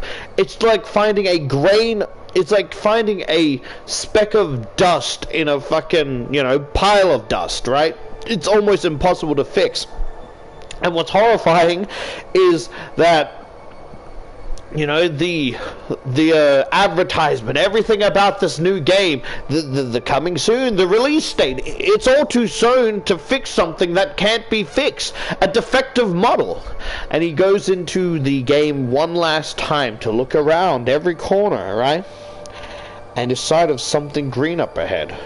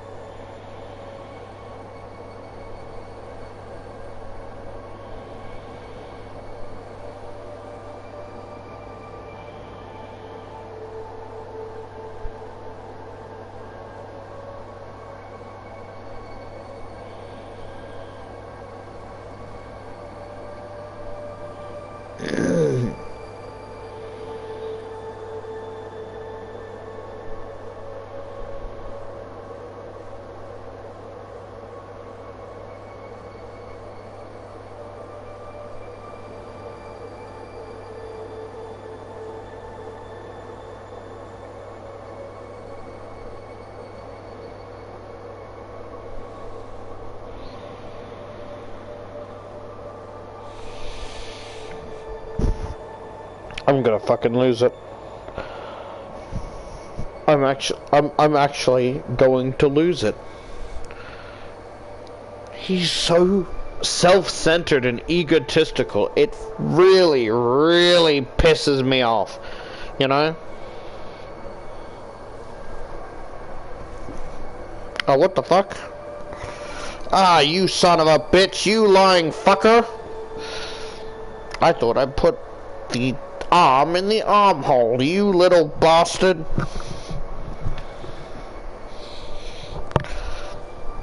Okay, let me put on a jacket. So the green he saw was, I mistook it as like a billion fucking, like, it's a body of Springtrap, right? One of them. I thought it was like a maze, is like, you know how Pac-Man had the little pallet, but each pallet is just a different corpse, more mutilated the more you like find them. And he's like, so like it's cut open from like the stomach from bottom to top. And it's like, how can something so mechanical look so dead, you know? Gears and sharp things are, you know, protruding from its insides. He went to, like, close the eyes of the animatronic, but as he does that, a sharp, stinging, shocking pain, like, you know, stabbed his hand or fingers or whatever, right? And he backs up, and it reminds him of like a tattoo needle he had in college. Ugh.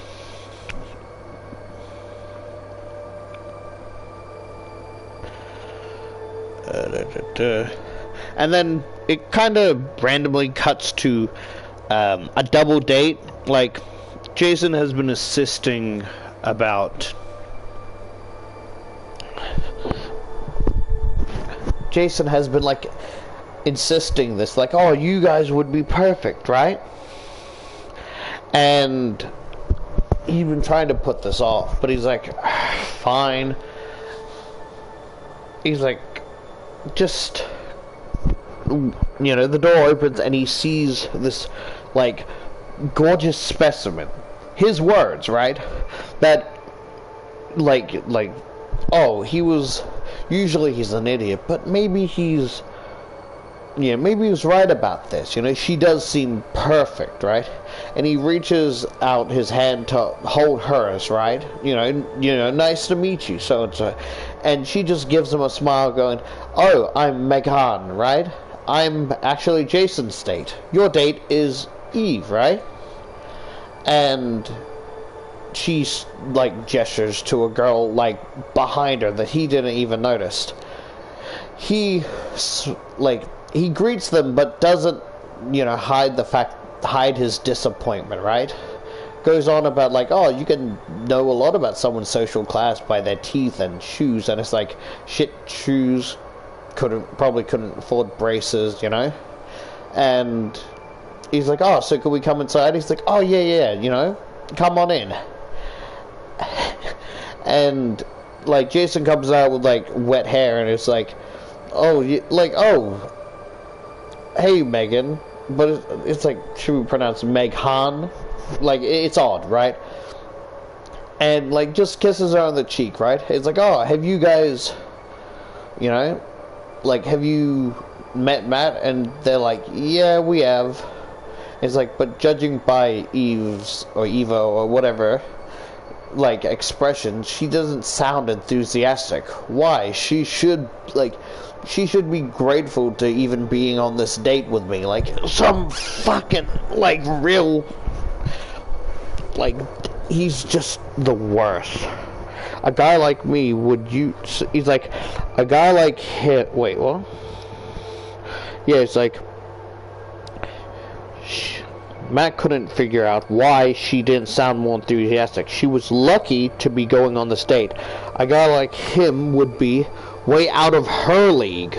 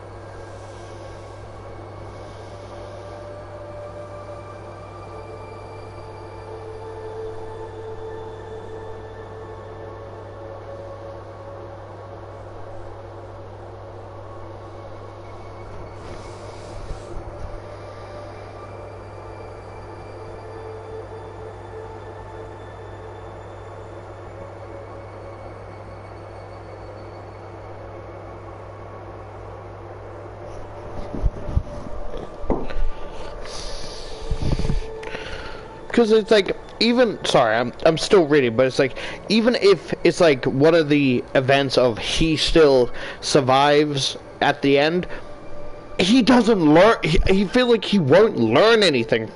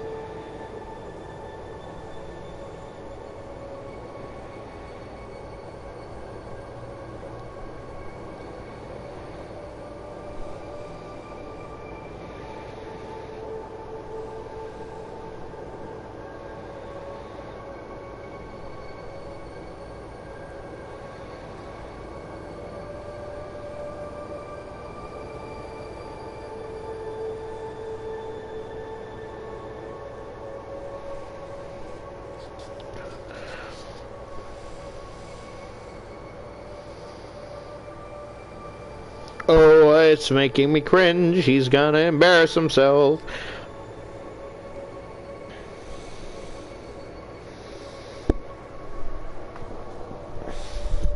He goes on a rambling spree of how Eve is out of his league, and, you know, how did a fucking goofball like Jason get a, like, woman like Megan out of, you know, his league, right? And they're like, oh, okay. Like, oh, okay. How about we drive to, like, in two different cars, so if we want some privacy afterwards, you know, no one will interrupt us, you know? He's like, sure, you know, easier for, cut the date short, right? And Jason opens the door, and Megan gets in, and, like, he's fucking thrown off, like, the same car he had since college, where his car is a fucking race car, right? And then so he does the same with, you know, Eve, right? And it's like mostly it's an awkward drive. And she's like, oh, you know, so-and-so, Jason said you work as a game developer. He's like, you know, he's like, oh yeah, it's going well, you know, working on the da-da-da so-and-so, like, game really is great, right?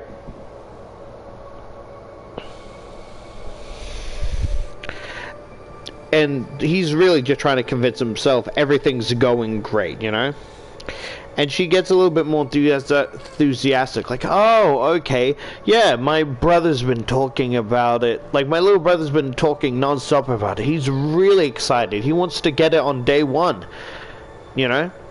And he's like, oh, okay, at least she's showing a little bit more enthusiasm, maybe I'll push the ball in her favor, and even though I don't care, I'll ask, what does she do, right? She's like, oh, well, I'm at, like, this IT company, I work with Megan, and that's how we know each other. Jason thought,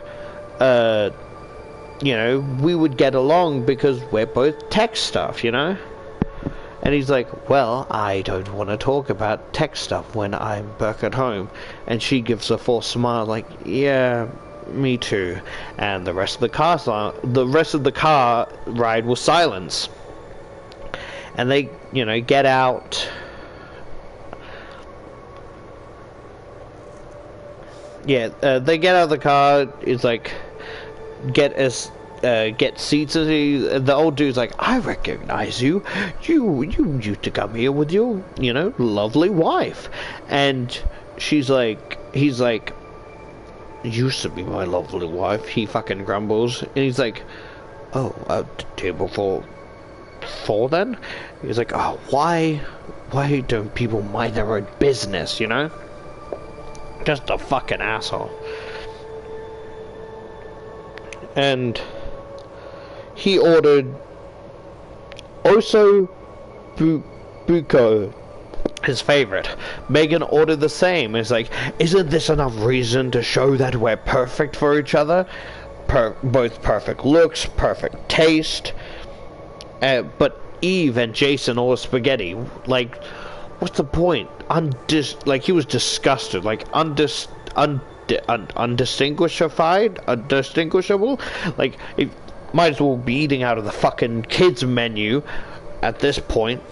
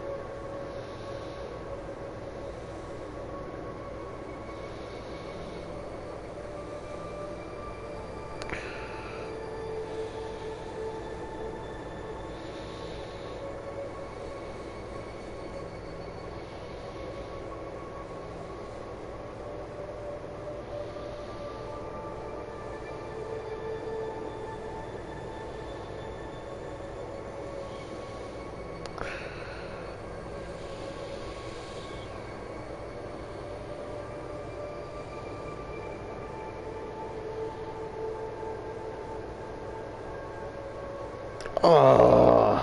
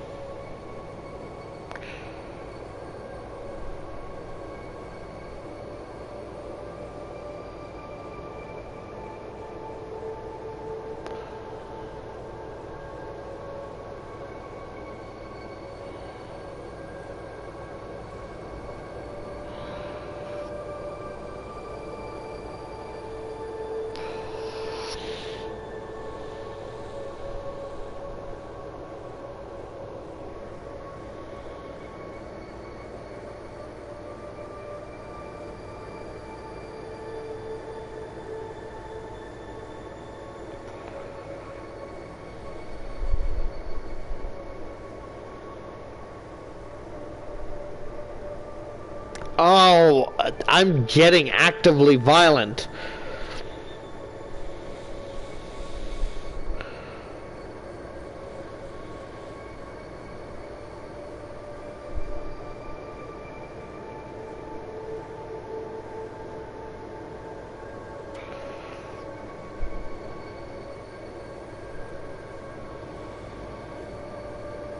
Oh, that is...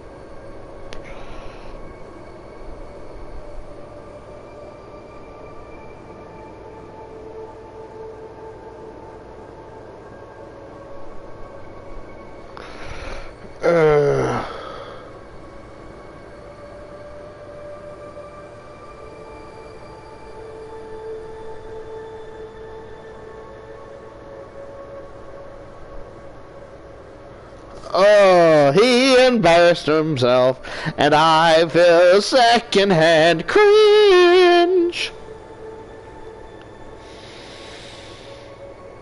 So there's the reading. I'll read a bit of this. So he's basically just like comparing, like, you know, like me and Megan are basically gods and goddesses.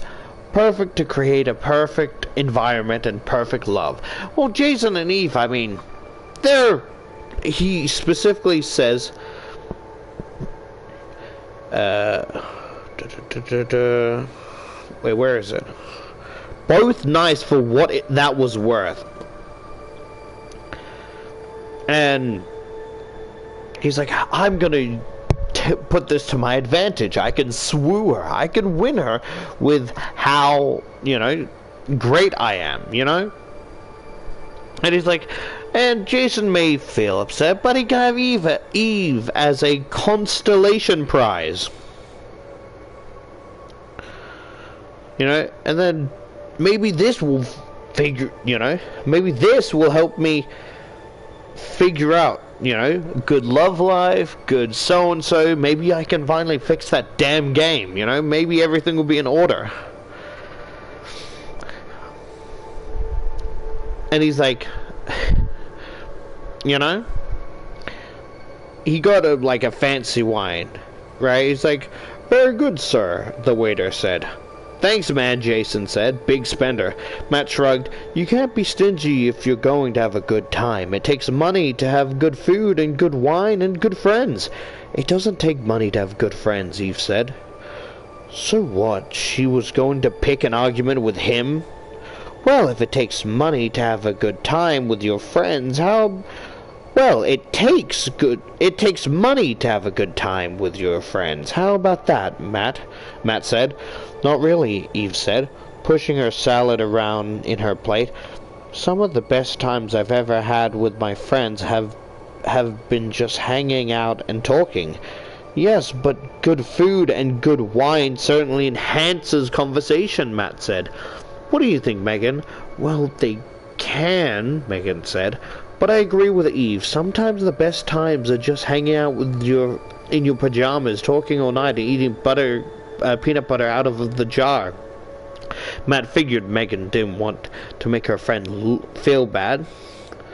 When the wine arrived, he went to go pour it into Eve's thing, but she covered her cup, going, "Nope, no thanks. I'm good. I don't drink." And he's like, man, what a fucking buzzkill, he thought to himself. Poured some into Jason's cup, and then extra, like, he specifically says, right? He poured some for Jason and poured Megan's glass extra full. The more she drank, the more charming she would find him. and basically kept talking about himself, how all his accomplishments, so and so, that eventually Eve and Eve and Jason would excuse themselves. It's important to let Megan know what type of guy he is. And he's like, look, so I know you've got this thing going on with Jason now because, well, opposites attract, I guess, Matt said, smiling at her. The candlelight shined on her golden hair. She really was lovely, but I just want to say that I find you devastatingly attractive, and I'd like to give you my number, just in case you'd like it for, future reference. She did not take it too lightly. Megan's blue eyes flashed. I thought you and Jason were best friends. Matt was surprised to hear that, the anger in her voice. Well, we are, but what they say, all fair is in love and war. Just because they say it doesn't mean it's true.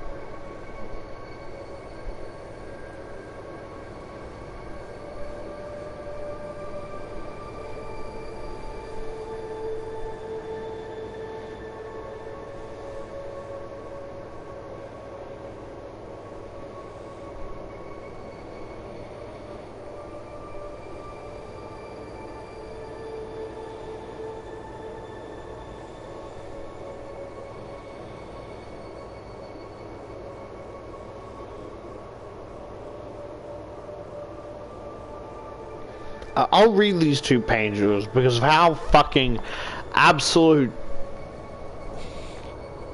Because it's something. It's fucking something, right? Megan's blue eyes flashed. I thought you and Jason were best friends. Matt was surprised to hear the anger in her voice. Well, we are, but you know what they say. All's fair in love and war. Just because they say it doesn't mean it's true, Megan said. All evening you've talked about nothing but yourself and how great you supposedly are. Maybe Jason isn't as well dressed as you and doesn't have an impressive job as you, but he's great because he's nice. He's a nice, caring guy. Matt wasn't going to sit there and take this abuse from yet another delusional woman. "Well, I hope you enjoy your life of poverty with your nice, caring guy," he said, getting up from the table. He was so angry he felt smoke might come out of his ears, as though he were a character in an old cartoon. "This evening has been an utter disaster. I trust you and Jason will be nice enough to give my alleged date, what's her name, a ride." He grabbed the wine bottle and marched out of the restaurant. It was only when he was in the car that he realized he had left without paying his part of the bill. Good, he thought. Let them take care of it. It serves them right for not appreciating him. He drove home too fast, thinking of what a wretched day it had been. It felt like the problems with the game had infected his whole life, but that was going to change. I feel like even if I was this fucking whatever, I think I personally, if I had the money, I would go back in there and, you know, it would be awkward going out then coming back where everyone else came back. Like, slam the money down is like, look, don't get the wrong idea. Horrible night, but I don't like being owed. So, I don't like owing someone, you know? So I would, you know, but then if I was this guy, I don't think it would change much, because this is just my perspective, you know? And the next page, it's basically him, he tummy hurt. He got, like, he feels queasy, decides, you know, maybe I'll have coffee and maybe some toast. That didn't work. That just made him throw up. He's like, I cannot get sick now. I have to finish this game. I will finish this game. I'll just finish it and then take the rest of the day off.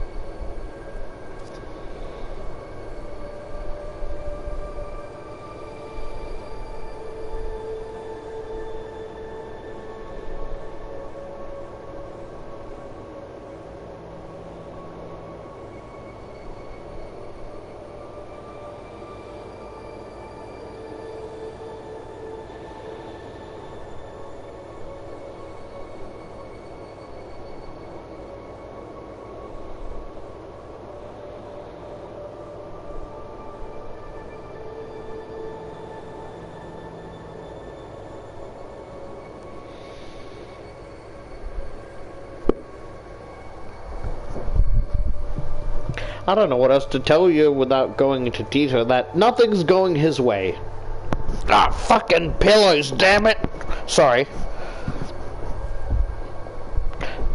Yeah, nothing's going his way. He's trying to fix it. Nothing's happening. Spends a couple hours. It's not helping. And he's like talking to everybody. Talking all the textbooks. Talking... Well, looking through all the internet to see how to fix a problem. You know, even his old, like, computer teacher, right? Nothing worked. And he hears a knock on the door. And he's like... Hopefully it's either someone to help or someone to put me out of my misery. And it was Gary. Gary is neither. And he's like, "Hey pal, how you doing?" He's like, "Oh, I'm fine. I gotta be careful because if I talk too much, something other than words might come out of my throat." He's like, "Everyone's been talking about this game, right? Do you need help?" He's like, no, it's all going good. Great. Because, like, you know, the deadline's looming, you know. Would hate to be you. It's like, you don't need to be reminded. Thanks, You'll find a show on Friday, right? Yep, Good, great. Well, see you then. And then he bangs his head on the desk like, okay, I'm going to take my lunch break, not to eat anything, but just to clear my head. Everything is going wrong. He was confident at the start of the day. Now he's not. And he doesn't know, like, he doesn't know what to do. And he's, like, looking at this, like, cheap, like, restaurant place, like, reminds him of the place, you know, he would go to in college. Maybe just sip on a soda and that might fix his stomach. It's like, I always ask these dumb questions, but it's like, he's too full of himself. He could literally, because like, games all the time are being pushed back to, like, be worked on, not because, you get what I mean? It's not a bad thing. Some people are like, oh, well, there was a release date, but we're just cleaning up some touches to make it the best it can be, you know? So, hopefully you can bear with me. Like, I'd rather it be, like, what's the word? Pulled aside to fix up some touches to make it perfect, rather than it being cancelled because the, you know, whatever playtester thinks it's shit, or people, it's a shit game because you rushed it, you know? Because if it's a game I like, take any game actually, even if I don't like it, take your time to make it the best game, you know? Oh, you spent 14 years, you know, building this game? What's a couple more months, you know? As long as it's not cancelled indefinitely, take as much time as you need.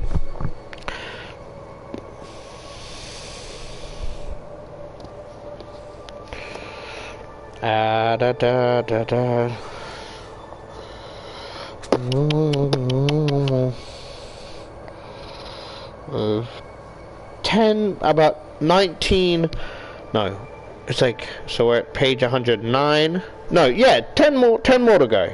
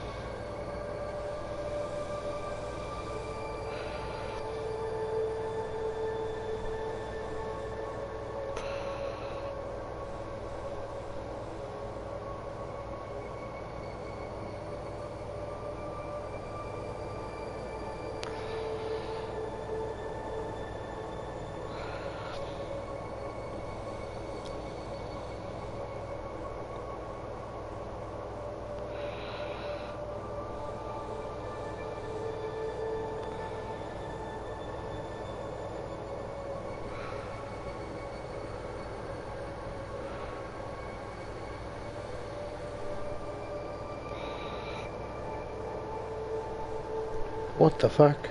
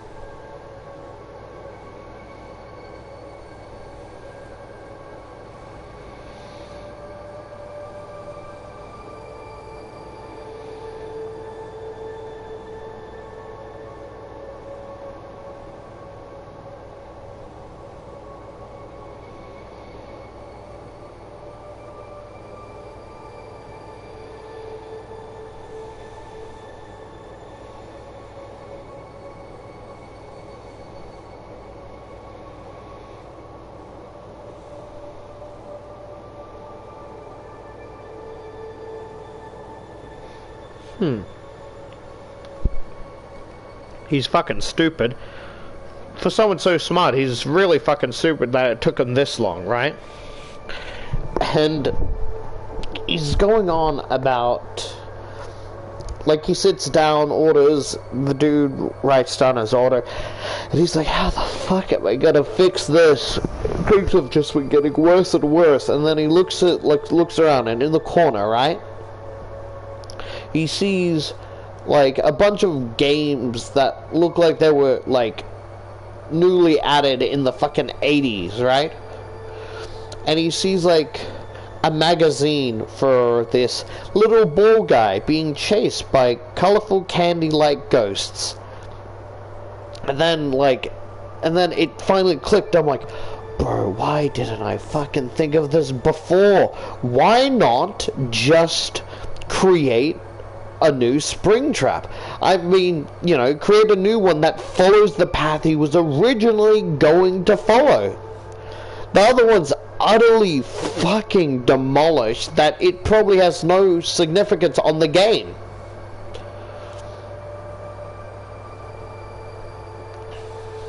Right? Sorry, my brain space that. Like, no significance on the game that... And he's like, it wasn't easy hacking it into, like... He's like, oh, the salty peanuts and, like, the fizziness of the drink, like, made his stomach feel better, right? And he's like, oh, it wasn't easy hacking into the company computer. I'm like, why the fuck do you need to do that? Right? And he goes on about, like, he got fired from his previous job for one reason or another, and then he had to move back in with his, like, family until he got a job, which hasn't happened yet, even though he's, like, in an apartment.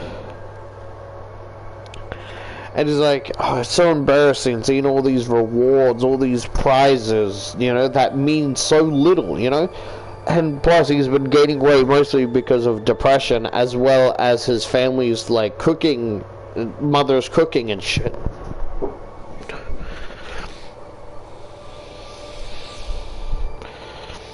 He's basically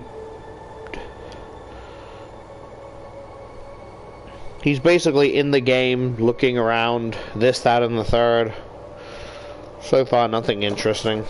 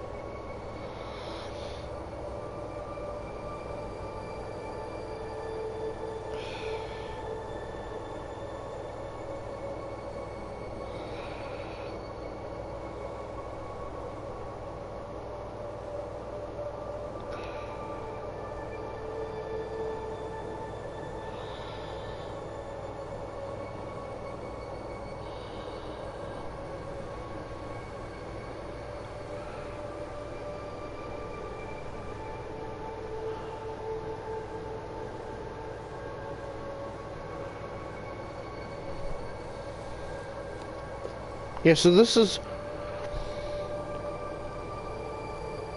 So... Oh, wait.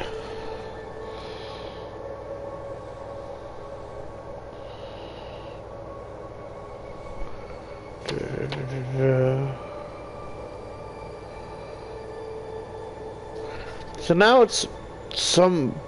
Is this the same? Is this Matt? Because they're saying Gene.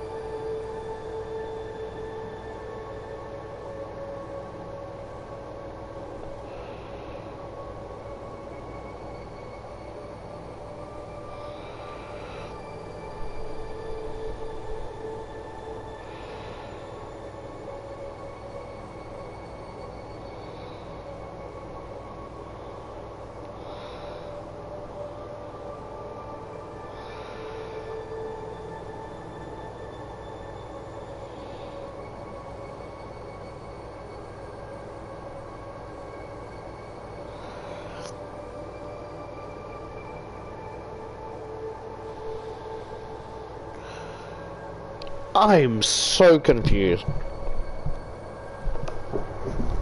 So is this a different person? Is it like a flashback? It doesn't explain much. It said Gene created an account, right? He created an account. Nothing interesting has been happening, right?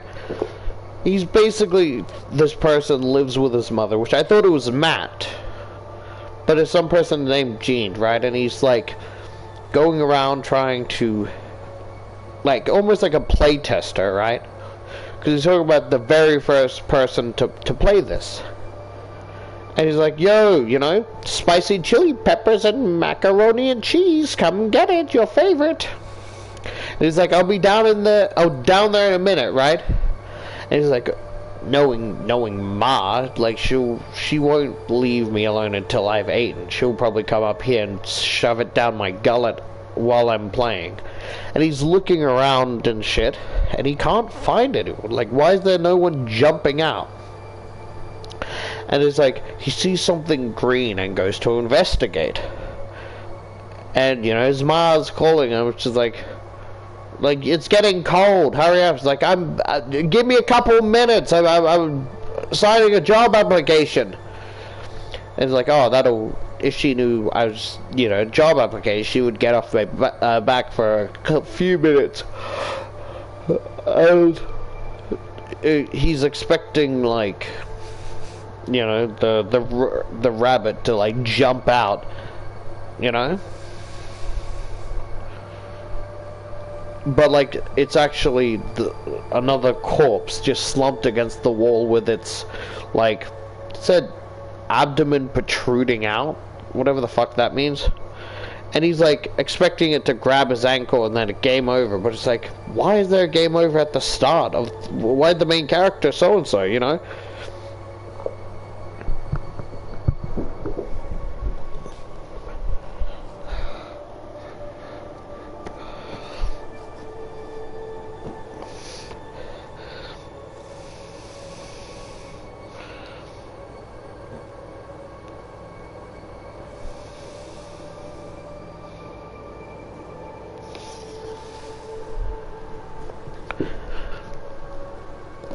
Because why, if this is Matt, and his name's like Matt Gene, or Gene Matt, or whatever, what happened to his fucking apartment?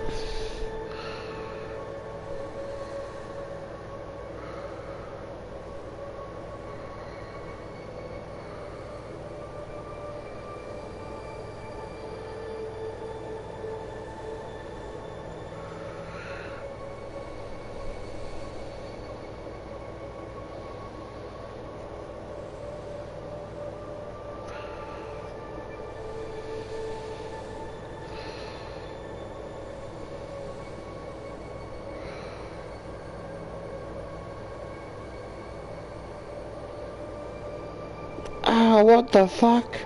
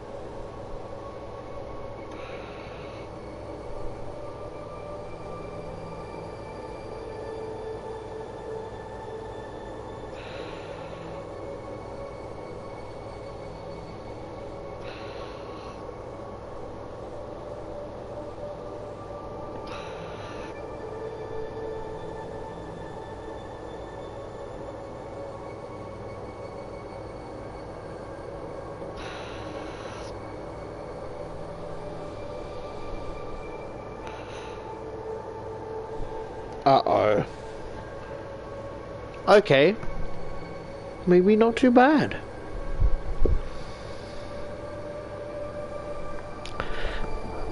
Ow, shit.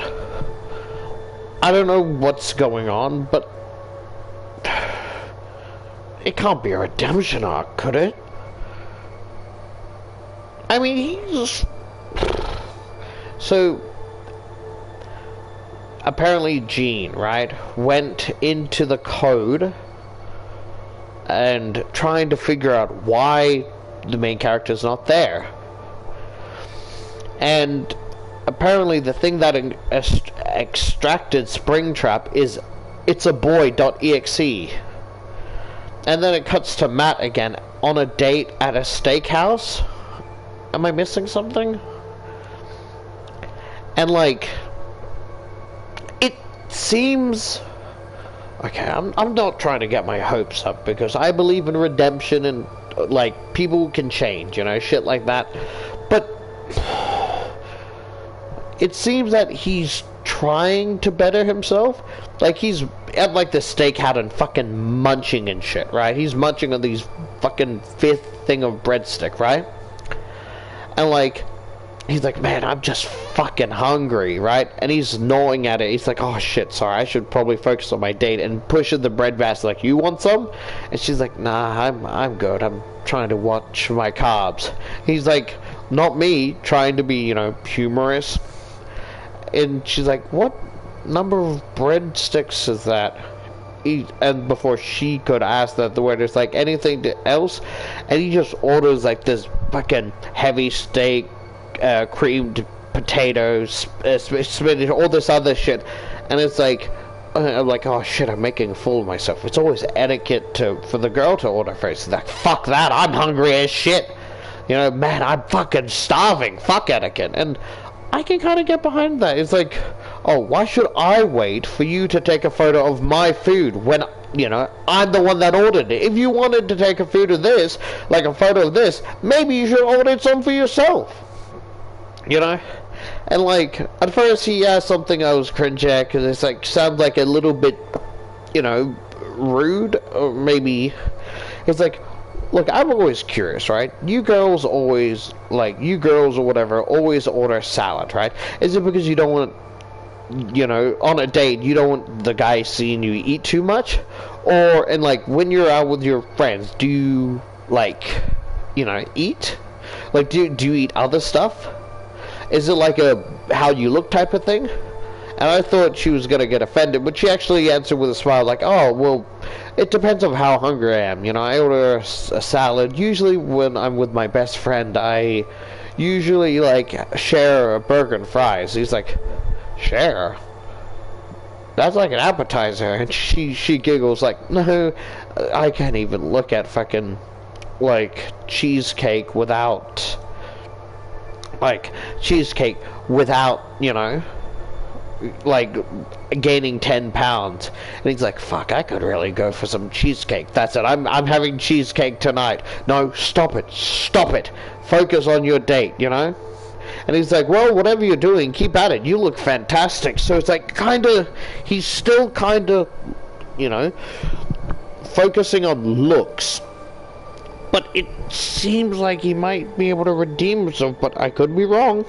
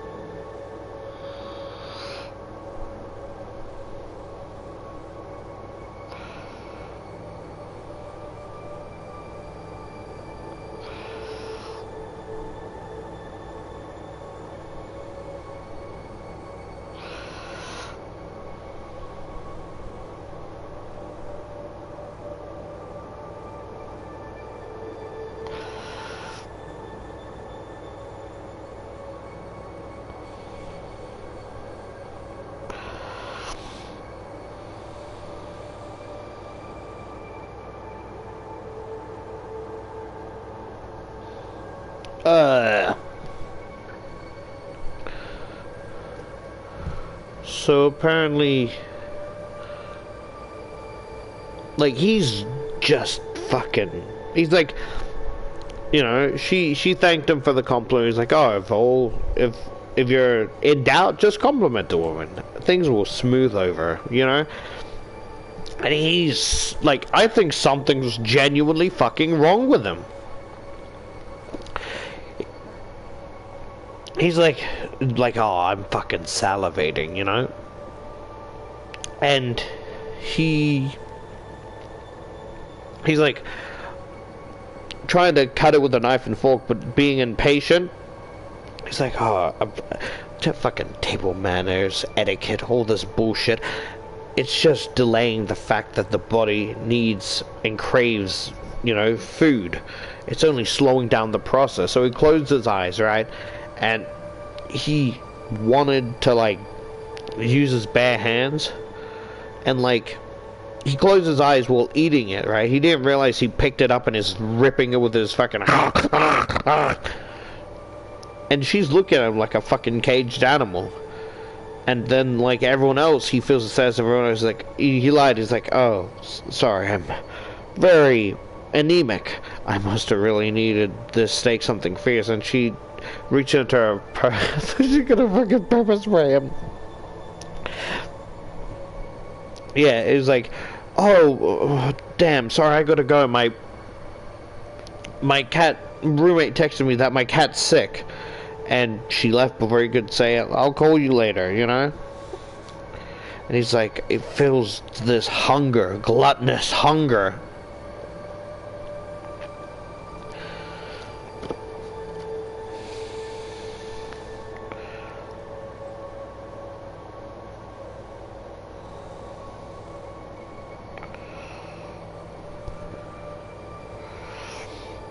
And like, he's just disappointed in himself, like he's gotten fatter, you know.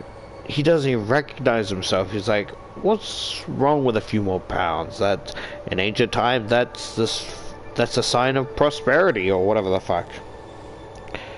And he's like, he was fucking destined.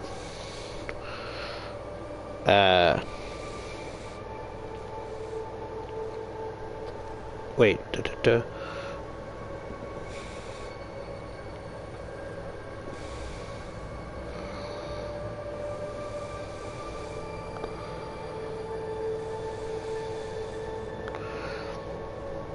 he got up and started throwing up, you know? Whatever, like it seems that he's throwing up everything he eats. Still felt bloated afterwards.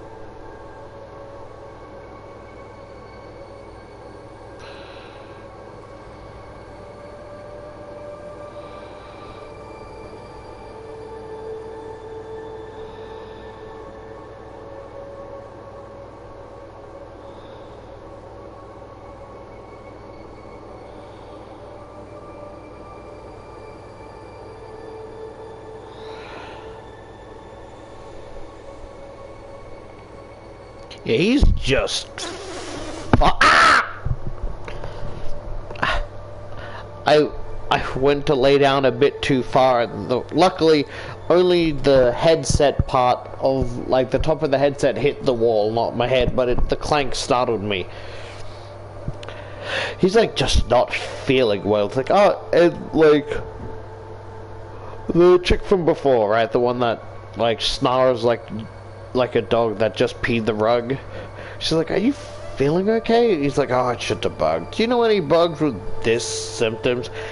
And she's like, no, I haven't heard of any bugs, but I would know it. I would know because, you know, a lot of the kids bring home bugs, so, you know, maybe you should check a doctor, right? He's like, fucking doctors don't know shit. And why did I ask you, you know, when you don't know anything either? And he's like, oh, well, you know. And Gary came in going, hello everybody, good news and bad news. The good news is that, you know, the reviews are mixed for the playtesters. Sorry. I just heard my quote-unquote sister-in-law's loud voice. It annoys me so. Anyway, it's like, oh, the reviews are mixed. The storyline is good, the game is challenging, what is expected, you know, like, oh, great jump scares, you know, a lot of instant or great jump scares, really great and expected from Five Nights at Freddy's, but the Springtrap AI is sloppy. And he goes, oh, is that so? He says that he's getting really pissed. Are you gonna tell me who these reviewers are, or are they you?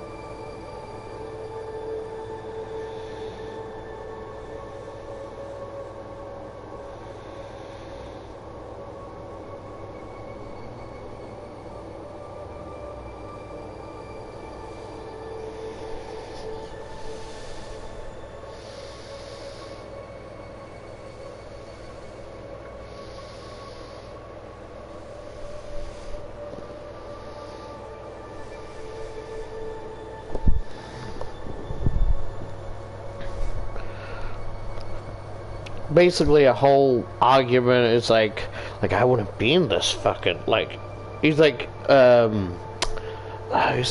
whoa, hey, I'm just, like, don't get defensive with me. I'm not saying this shit.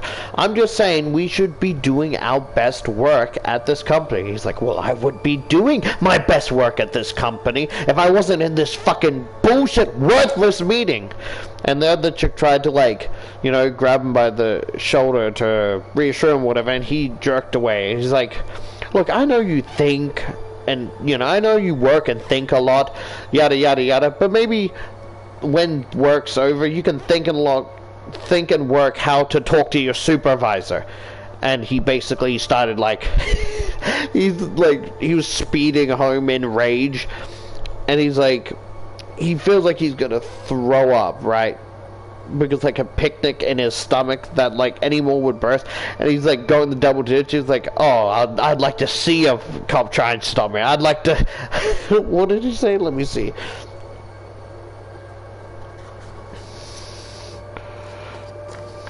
Yeah, it's like, he goes, let a cop pull me over, he thought. Just let him. And, like, he's driving home, right? In a rage, and he smells grease. And usually, like, he would put his nose up and think it's too unhealthy for human consumption, but, like, he just has this craving, and he's like double cheeseburger with, like, chocolate milkshake, and he's like fucking devouring it. And then he gets home, right, and he sees Jason putting all his, like, video games in a box, and there's other boxes sprawled around, and he's like, what you doing? He's like, look, man, what you did the other day, it's not cool. Megan finally told me. She was hesitant because you were my roommate, but she thought I needed to know. And that's, you know, you gave her a number and shit. That's not cool, you know? He's like, you want me to apologize? I'll apologize. He's like, see, that's the thing. I don't want you to apologize. I want you to stop being a jerk. But unfortunately, I don't see that happening anytime soon, so I'm moving out. It's not like you need me for the rent. He's like, that's true, but I don't want you to go either. He's like, for some reason, he doesn't want to feel alone.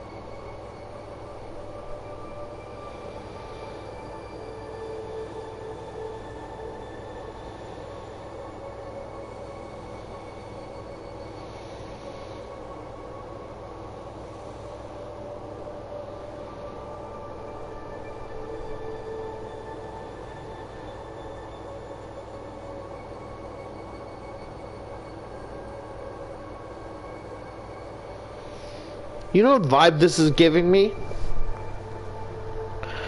So he's like, I don't want to be alone, you know?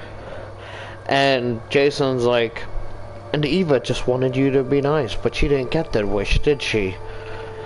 He's like, oh, right, you know, the one, she's like, oh, she's a really nice person.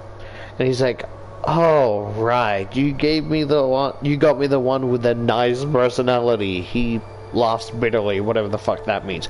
Well, you kept the pretty one to yourself. And he's like, you know what, I don't want to have this conversation right now. Look, I'm moving out. Like, I'm moving out, right? A buddy of mine is going to help pack most of my stuff, and I'll be, like... And I will be here to grab the rest when you're at work later. And I think we should stay out of each other's lives for a while. He's like, whatever. And like that, he was gone.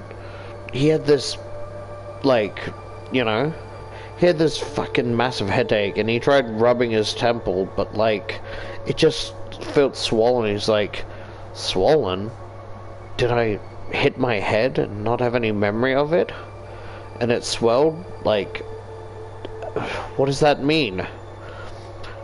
And he just, you know, the taste of beer is like sour and bitter. He has no one to talk to about his problems, but he has a feeling it's the cause of that damn fucking rabbit. Rabbits and bunnies are different species. Like, they're like, kind of like black widows and tarantulas are both spiders, but they're not the same type shit, right? Like rabbits and bunnies. And he's like, and for the first time ever, he cried real girlish tears. And he's like, oh, I got a date in like a couple minutes, but nothing, you know, fits over my fucking swollen stomach. And he's like, really tried, and then eventually he found a pair that he used a belt to tie. He's like, even though rules are stupid, like, and etiquette's dumb, the least I can do is, you know, actually wear pants, because that would be the proper response, right?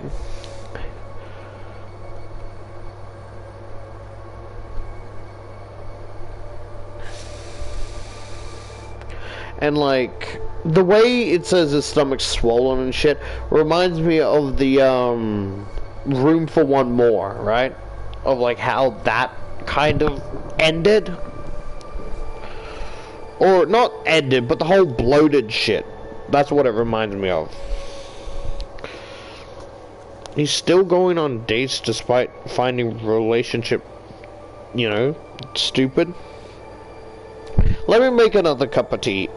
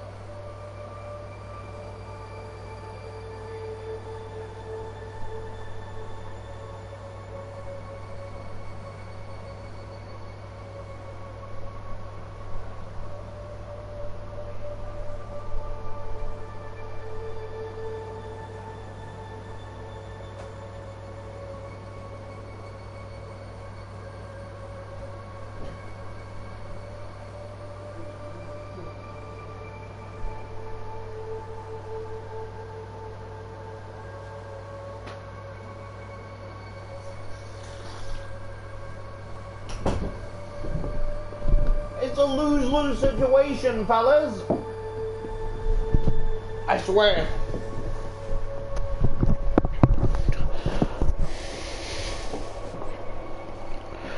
I swear, trying to talk to my mother is like talking to a brick wall that lost its hearing aid.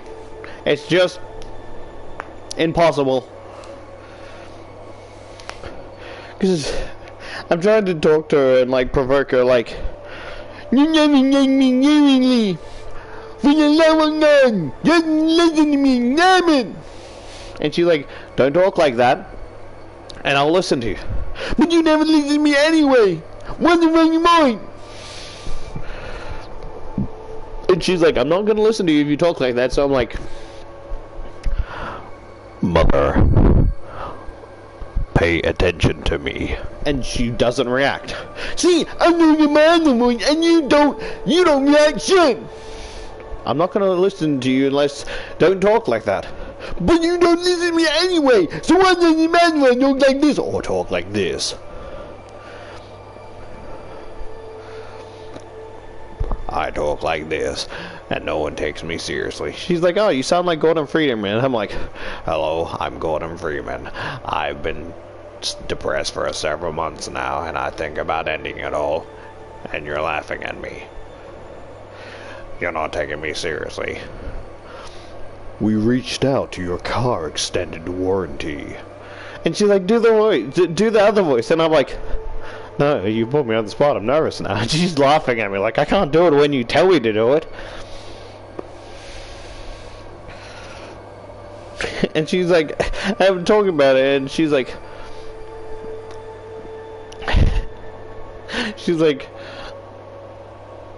yo, that's like a sexy type voice. That voice is sexy. And I go, you're fucking disgusting, you know that?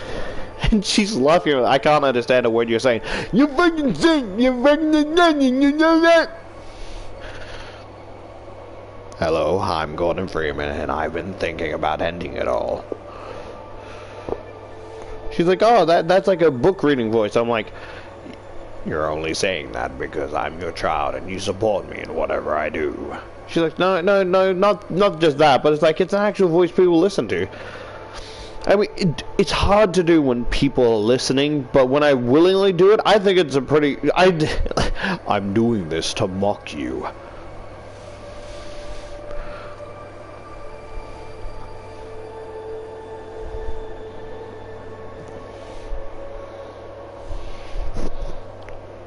I'm sure by the time I smite you, there's nothing for heaven to redeem.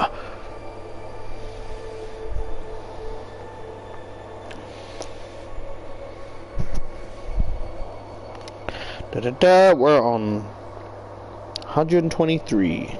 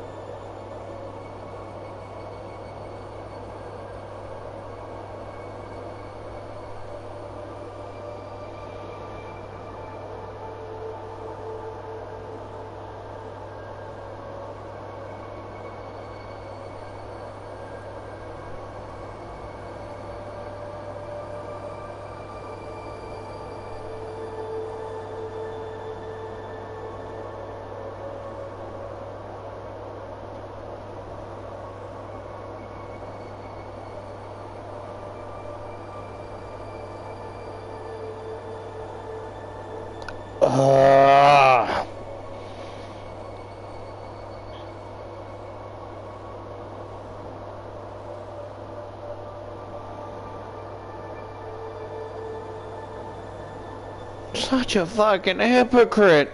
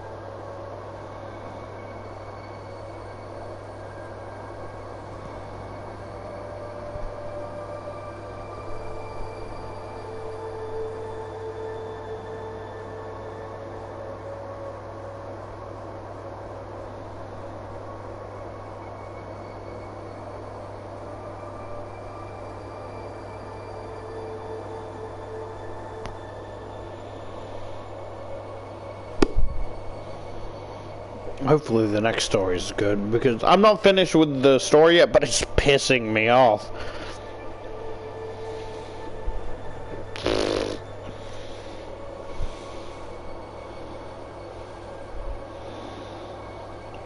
He basically, like, is looking around, right, and sees, like, himself in the mirror, startled, right, because, like, his stomach's, like, really stretching out. That is, like, buttons are stretching, barely struggling to hold on.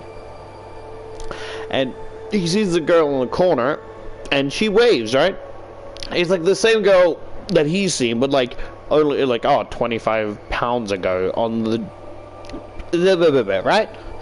And it's like, well, you know, good thing I'm not taking her dinner seriously, you know? And always comments on her fucking, like, weight or whatever, right? Like, oh yeah, you know, like, I usually just, like, ashamed to say this, but I usually just stay home in my pajamas and watch, like, Netflix. And he thinks to himself, I had a pound of ice cream, apparently. It's like, you are morbidly obese, way more, you know? Not saying she was morbidly obese, like a little bit chunky, and that's fine.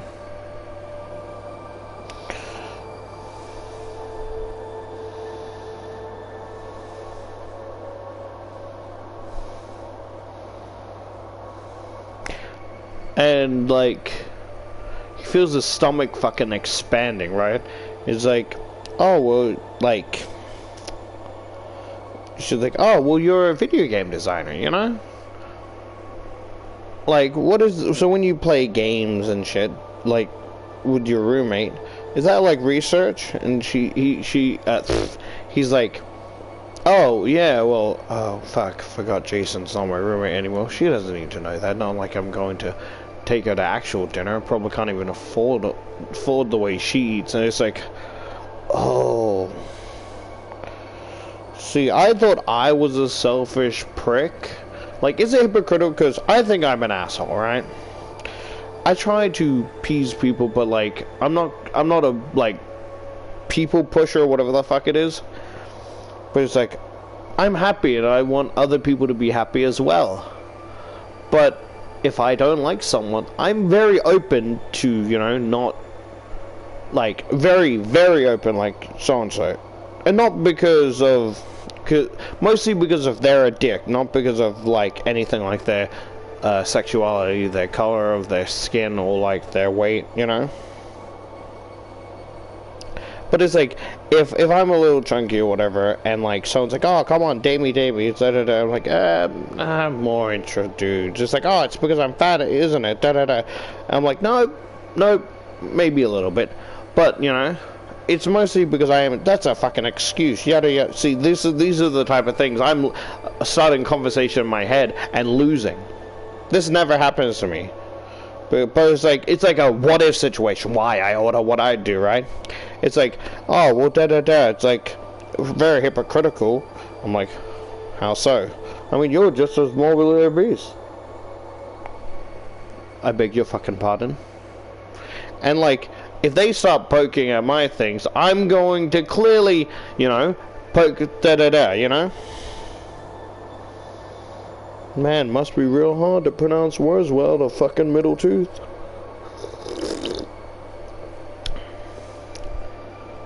What?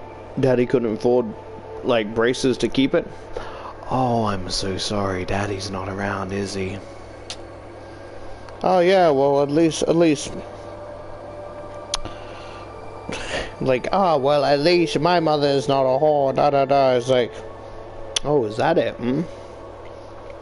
How is your mother? You know, you did say she's in the nursing home. Probably getting abused by her, you know, elders, youngers. Fuck you, da-da-da, you wish. I wouldn't say that part, because that's cringy as shit. But you get what I mean? You poke fun at me, I'm going to poke fun at you. I thought this scenario is bullshit, because I wouldn't win. I would get... Because, like, I'm not good with confrontation, so... I would most likely... Well, at least it's the stutter motherfucker. Hmm? Stutter McGee. Hmm? Well, faggot!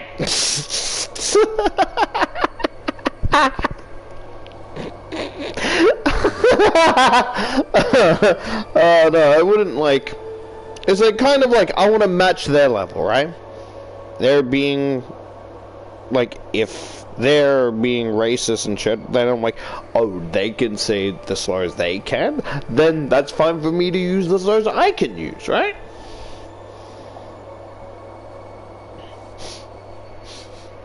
Man, is that the sewer water, or do you just smell like a queer? Got a problem against queers?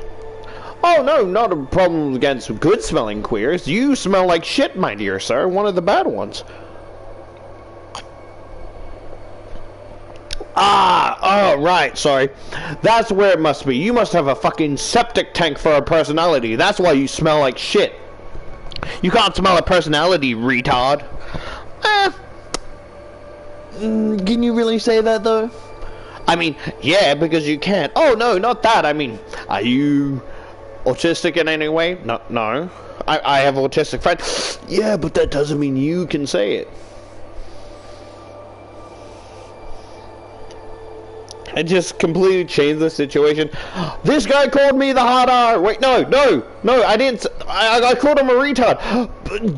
Oh, because I'm autistic, I'm retarded because oh, fuck off, man. And completely, like, everyone's like surrounded. Boo, fucking asshole. Why are you gonna be a fucking cunt? Like, oh, fucking ableist. Like, no, I didn't mean it like that. And just.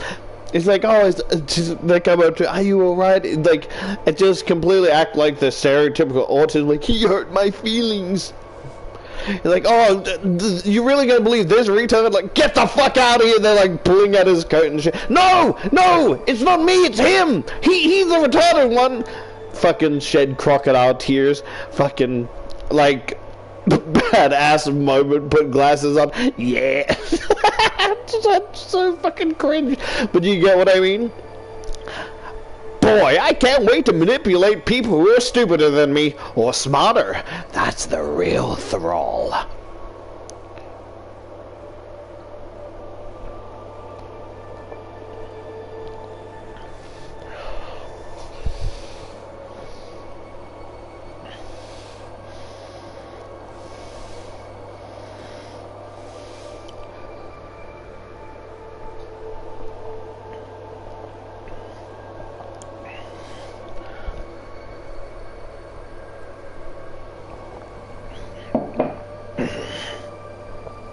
You know what I like to do? I want to reevaluate my preferences. Because, like, my brain's perspective on if I wanted a chick, right? Like, the amount of things I'd want is, like, very picky. Basically a fucking mix and match your own girlfriend type bullshit, right? And I kind of want to reevaluate myself where, theoretically, if I did get a female partner, which I prefer guys, I'd want to be reasonable, right? I think that's also why I'm also not only getting into the gym to make myself look better, but also improve my mental health. I think it's unfair for me to be picky when I look like fucking Jabba the Hutt. You know? If I look completely sexy and fine as some fucking demolishable femboy, then I think it's a bit fair for me to be a bit picky with my hunky dudes that I want to utterly rail me, you know? You get what I mean? But I want to reevaluate of like the pros and cons, right? Of like a level of I'm willing to accept and will that I'm not willing, right? I feel like me personally,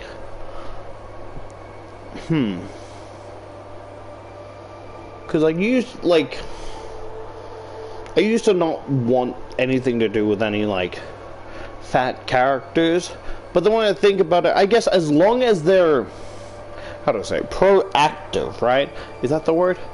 I don't mind a little bit of chub as long as they're healthy and not like fucking BBC fucking needing a fucking scooter to move everywhere or a damn crane to fucking lift them into their bed, right?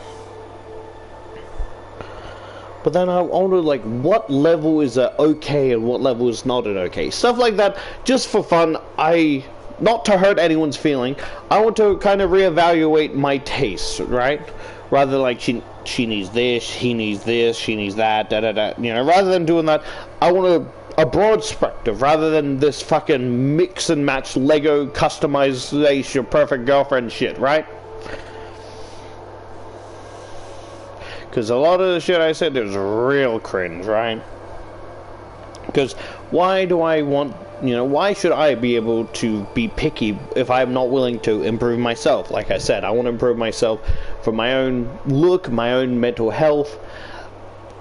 I mean, I guess mental health to me is an afterthought because it's already going to be better. I'm more doing it for looks and to be healthy.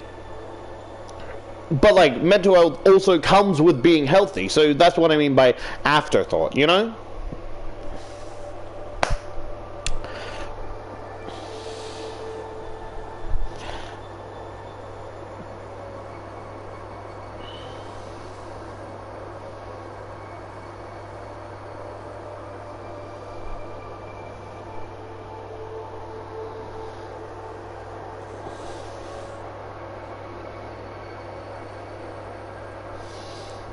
Yeah, basically he's like, he has a drink, she has a drink.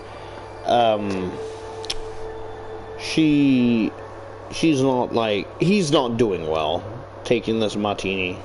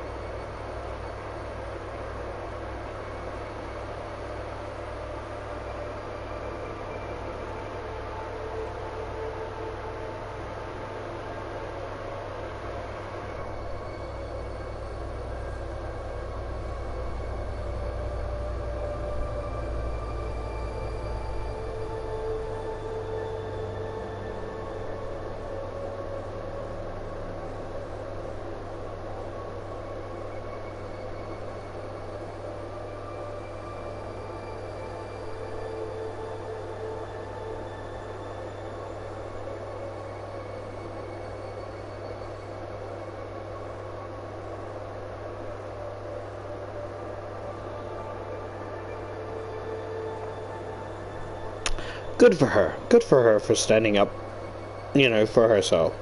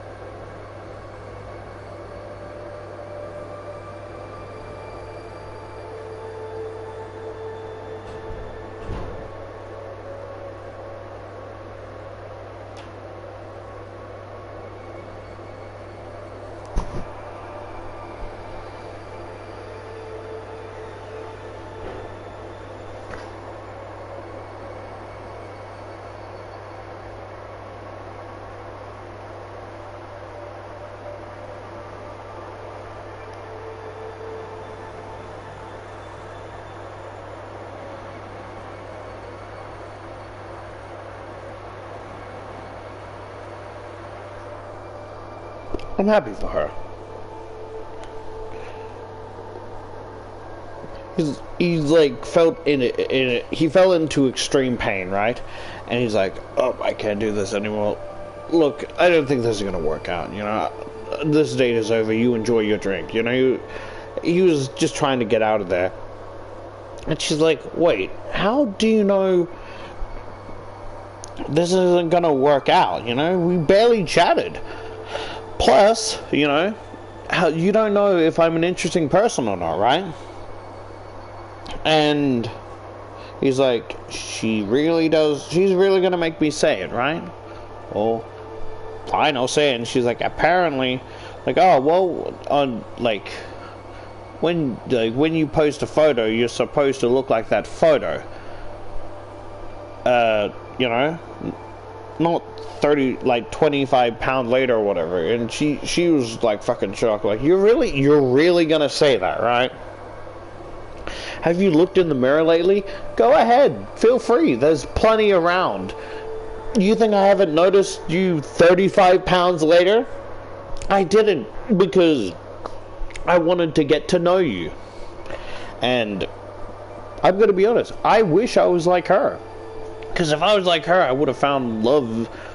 No, I wouldn't. I'm gonna be honest, I don't go out. I don't go out enough to even, you know, but you get what I mean?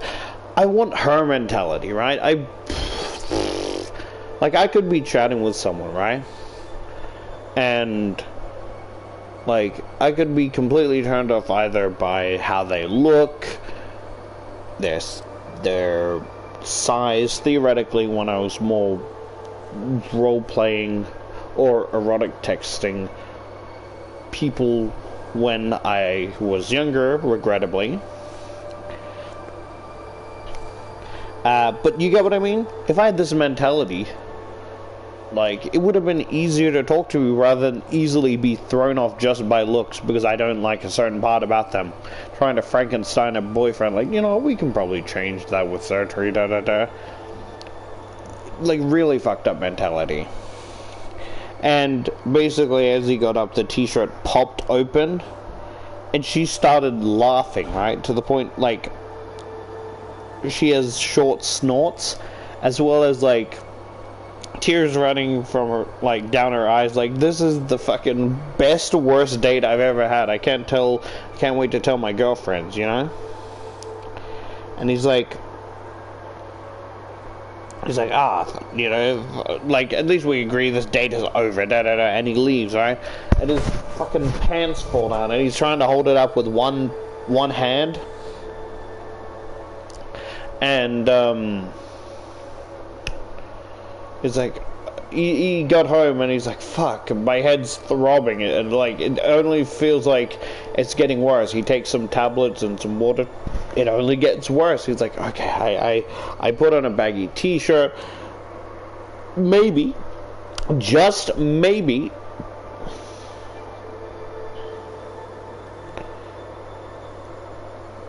just maybe, right? Like, oh, I could maybe go shopping for some new clothes, but who knows? What am I supposed to wear? Even the t-shirt he's wearing makes him feel irritated.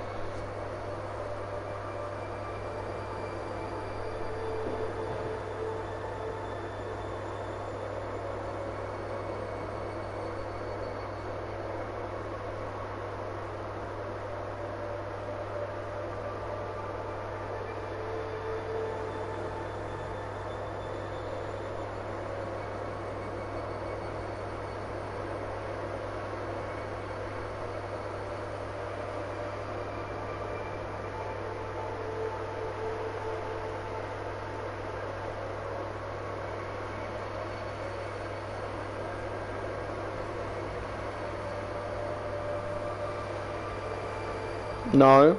No.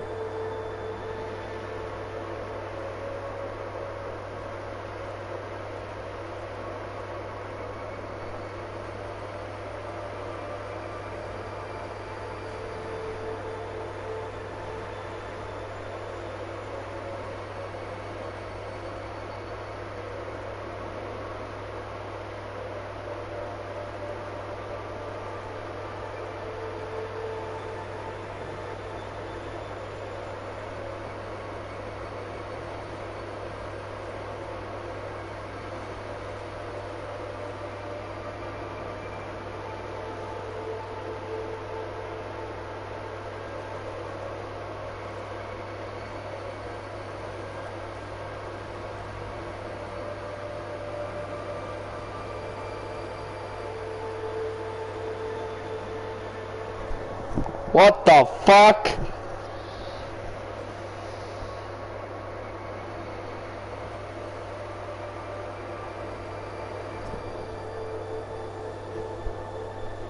What the fuck?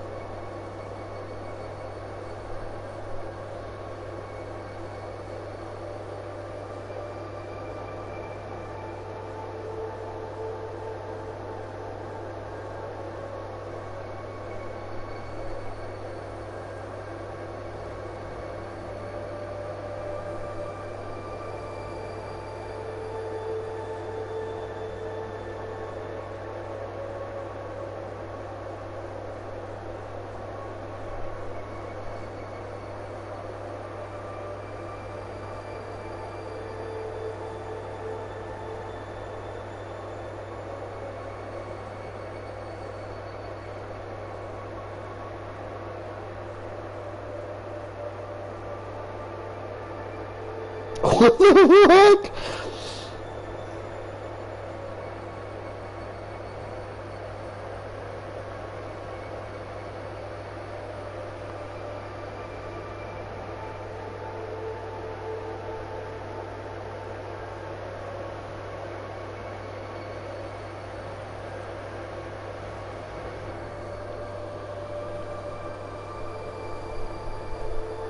Oh, so wait. Okay, there's still 2 more pages. Oh, what the fuck? So right, basically he felt the stomach like pushing, and there's like an outline of something, right? And he's like, oh, something's in me, but there's nowhere for it to fucking get out. But if I could let it out, then the pain would, you know. And then he's like, okay, but what is there? What is there? And then he leans on the kitchen counter, right? And he's struggling, right? And he reaches for the sharpest knife, right? And he lays down on his back. And he's like, it's gonna hurt, but not any more than it's hurting right now, right? And he's like, the difficult part, making the incision, right? And he's cutting his stomach open.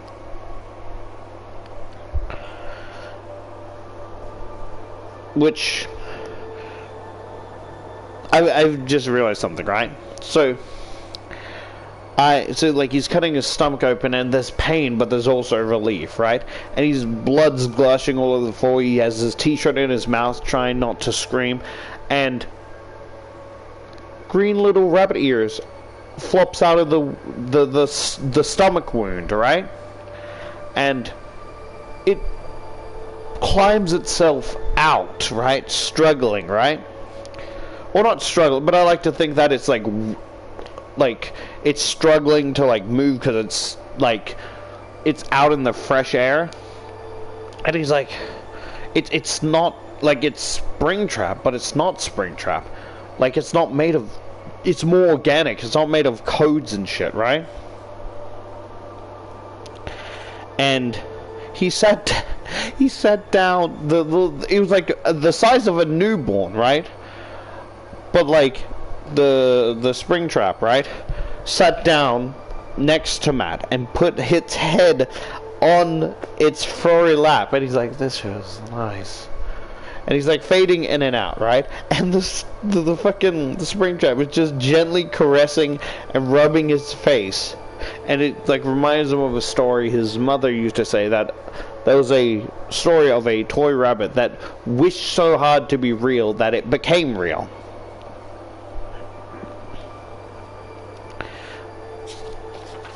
And he didn't know if it was like, he didn't know if he heard the words coming out of the Springtrap or if it was in his own head. He's just like, "Daddy." And then apparently, police officer at the apartment is like, "So you found him like this, huh?" Was taking notes as they talked in the blood-drenched kitchen.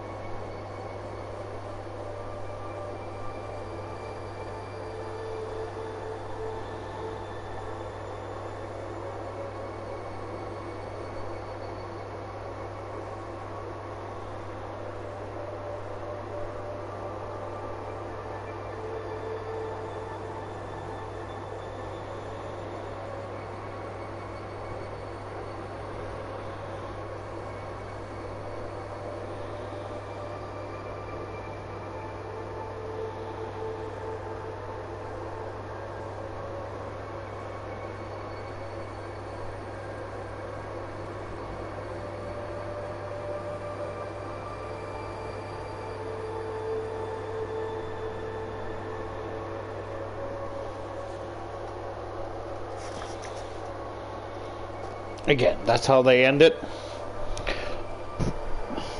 It's basically so Jason came back around 10 a.m. to collect the rest of his stuff because the rest of his stuff, because he thought Matt would be at work, but it found him like this, right? And he's like really out of it, like trembling, like you can hear the tears in his voice, and he's like,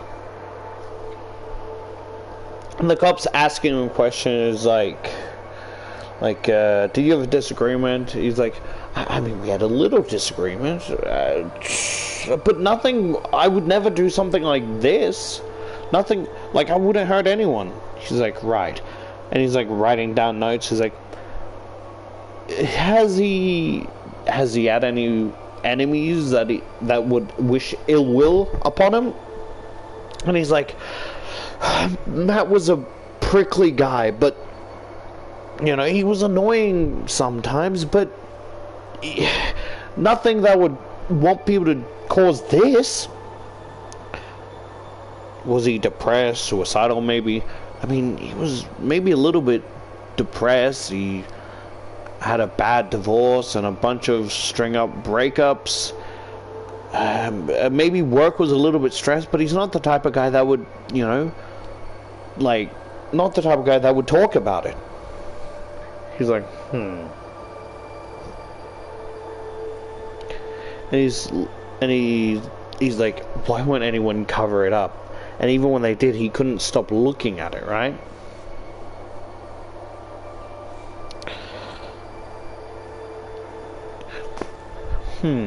He's like, and the cop squint, you know. He's like, why would he do this? Why would anyone do this? The cop's like, well, my line of work, you'd be surprised the amount of people, the things people are capable of, right? And he squints down and like reaches down. It's like this fuzzy green fur, and like, you know what this is, son? And he's like, no, I've never seen it. He's like, huh? It's like mucus. And he like basically rubbed it like on his leg and shit.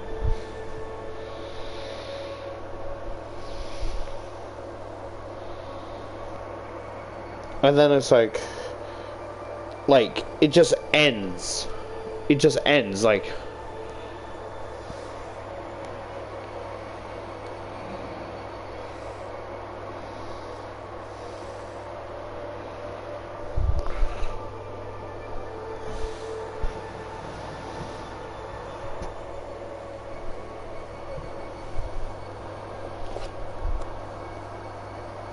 You know what I would have done?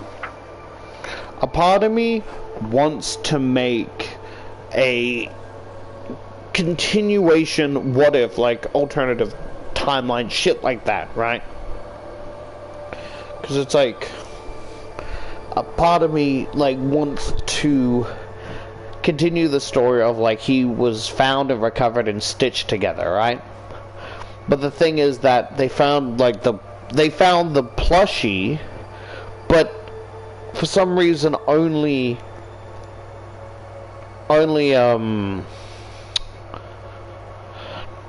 Matt can see it moving and talking, right? Where to others it's just a regular plush, and I was hoping to, I don't know, but I feel like I would make it so he's out of character, more likable, have remorse, but we know that is not him, you know? I don't know, give him like a redemption type thing, make him more likable, like maybe like almost ending his life kind of puts in perspective, like, you know, if I was that close to death, maybe I'm not God's favorite or some shit like that. Like, maybe I'm not as important as I made out to be, although because of his logical thinking he'd probably be an atheist, like maybe I'm not God's favorite if he even was a thing, you know, type shit like that. You get what I mean? But it's like, as I said, like, it's like, oh, if you're gonna mischaracterize someone, then you're not a fan, da-da-da. And it's like, so I'm a bit hesitant when making, like, comics and shit, because it's like, oh, well, I mean, I like the character. Well, clearly you don't if you're gonna do this to the character. That's not what he's a cold, asshole, logical person. He doesn't remorse or you know, shit like that. He's not, like, remorseful or, you know. Like, damn. That really hurt. Because, like, I want to make fan art and stories, but I don't want to mischaracterize, otherwise people will get mad at me.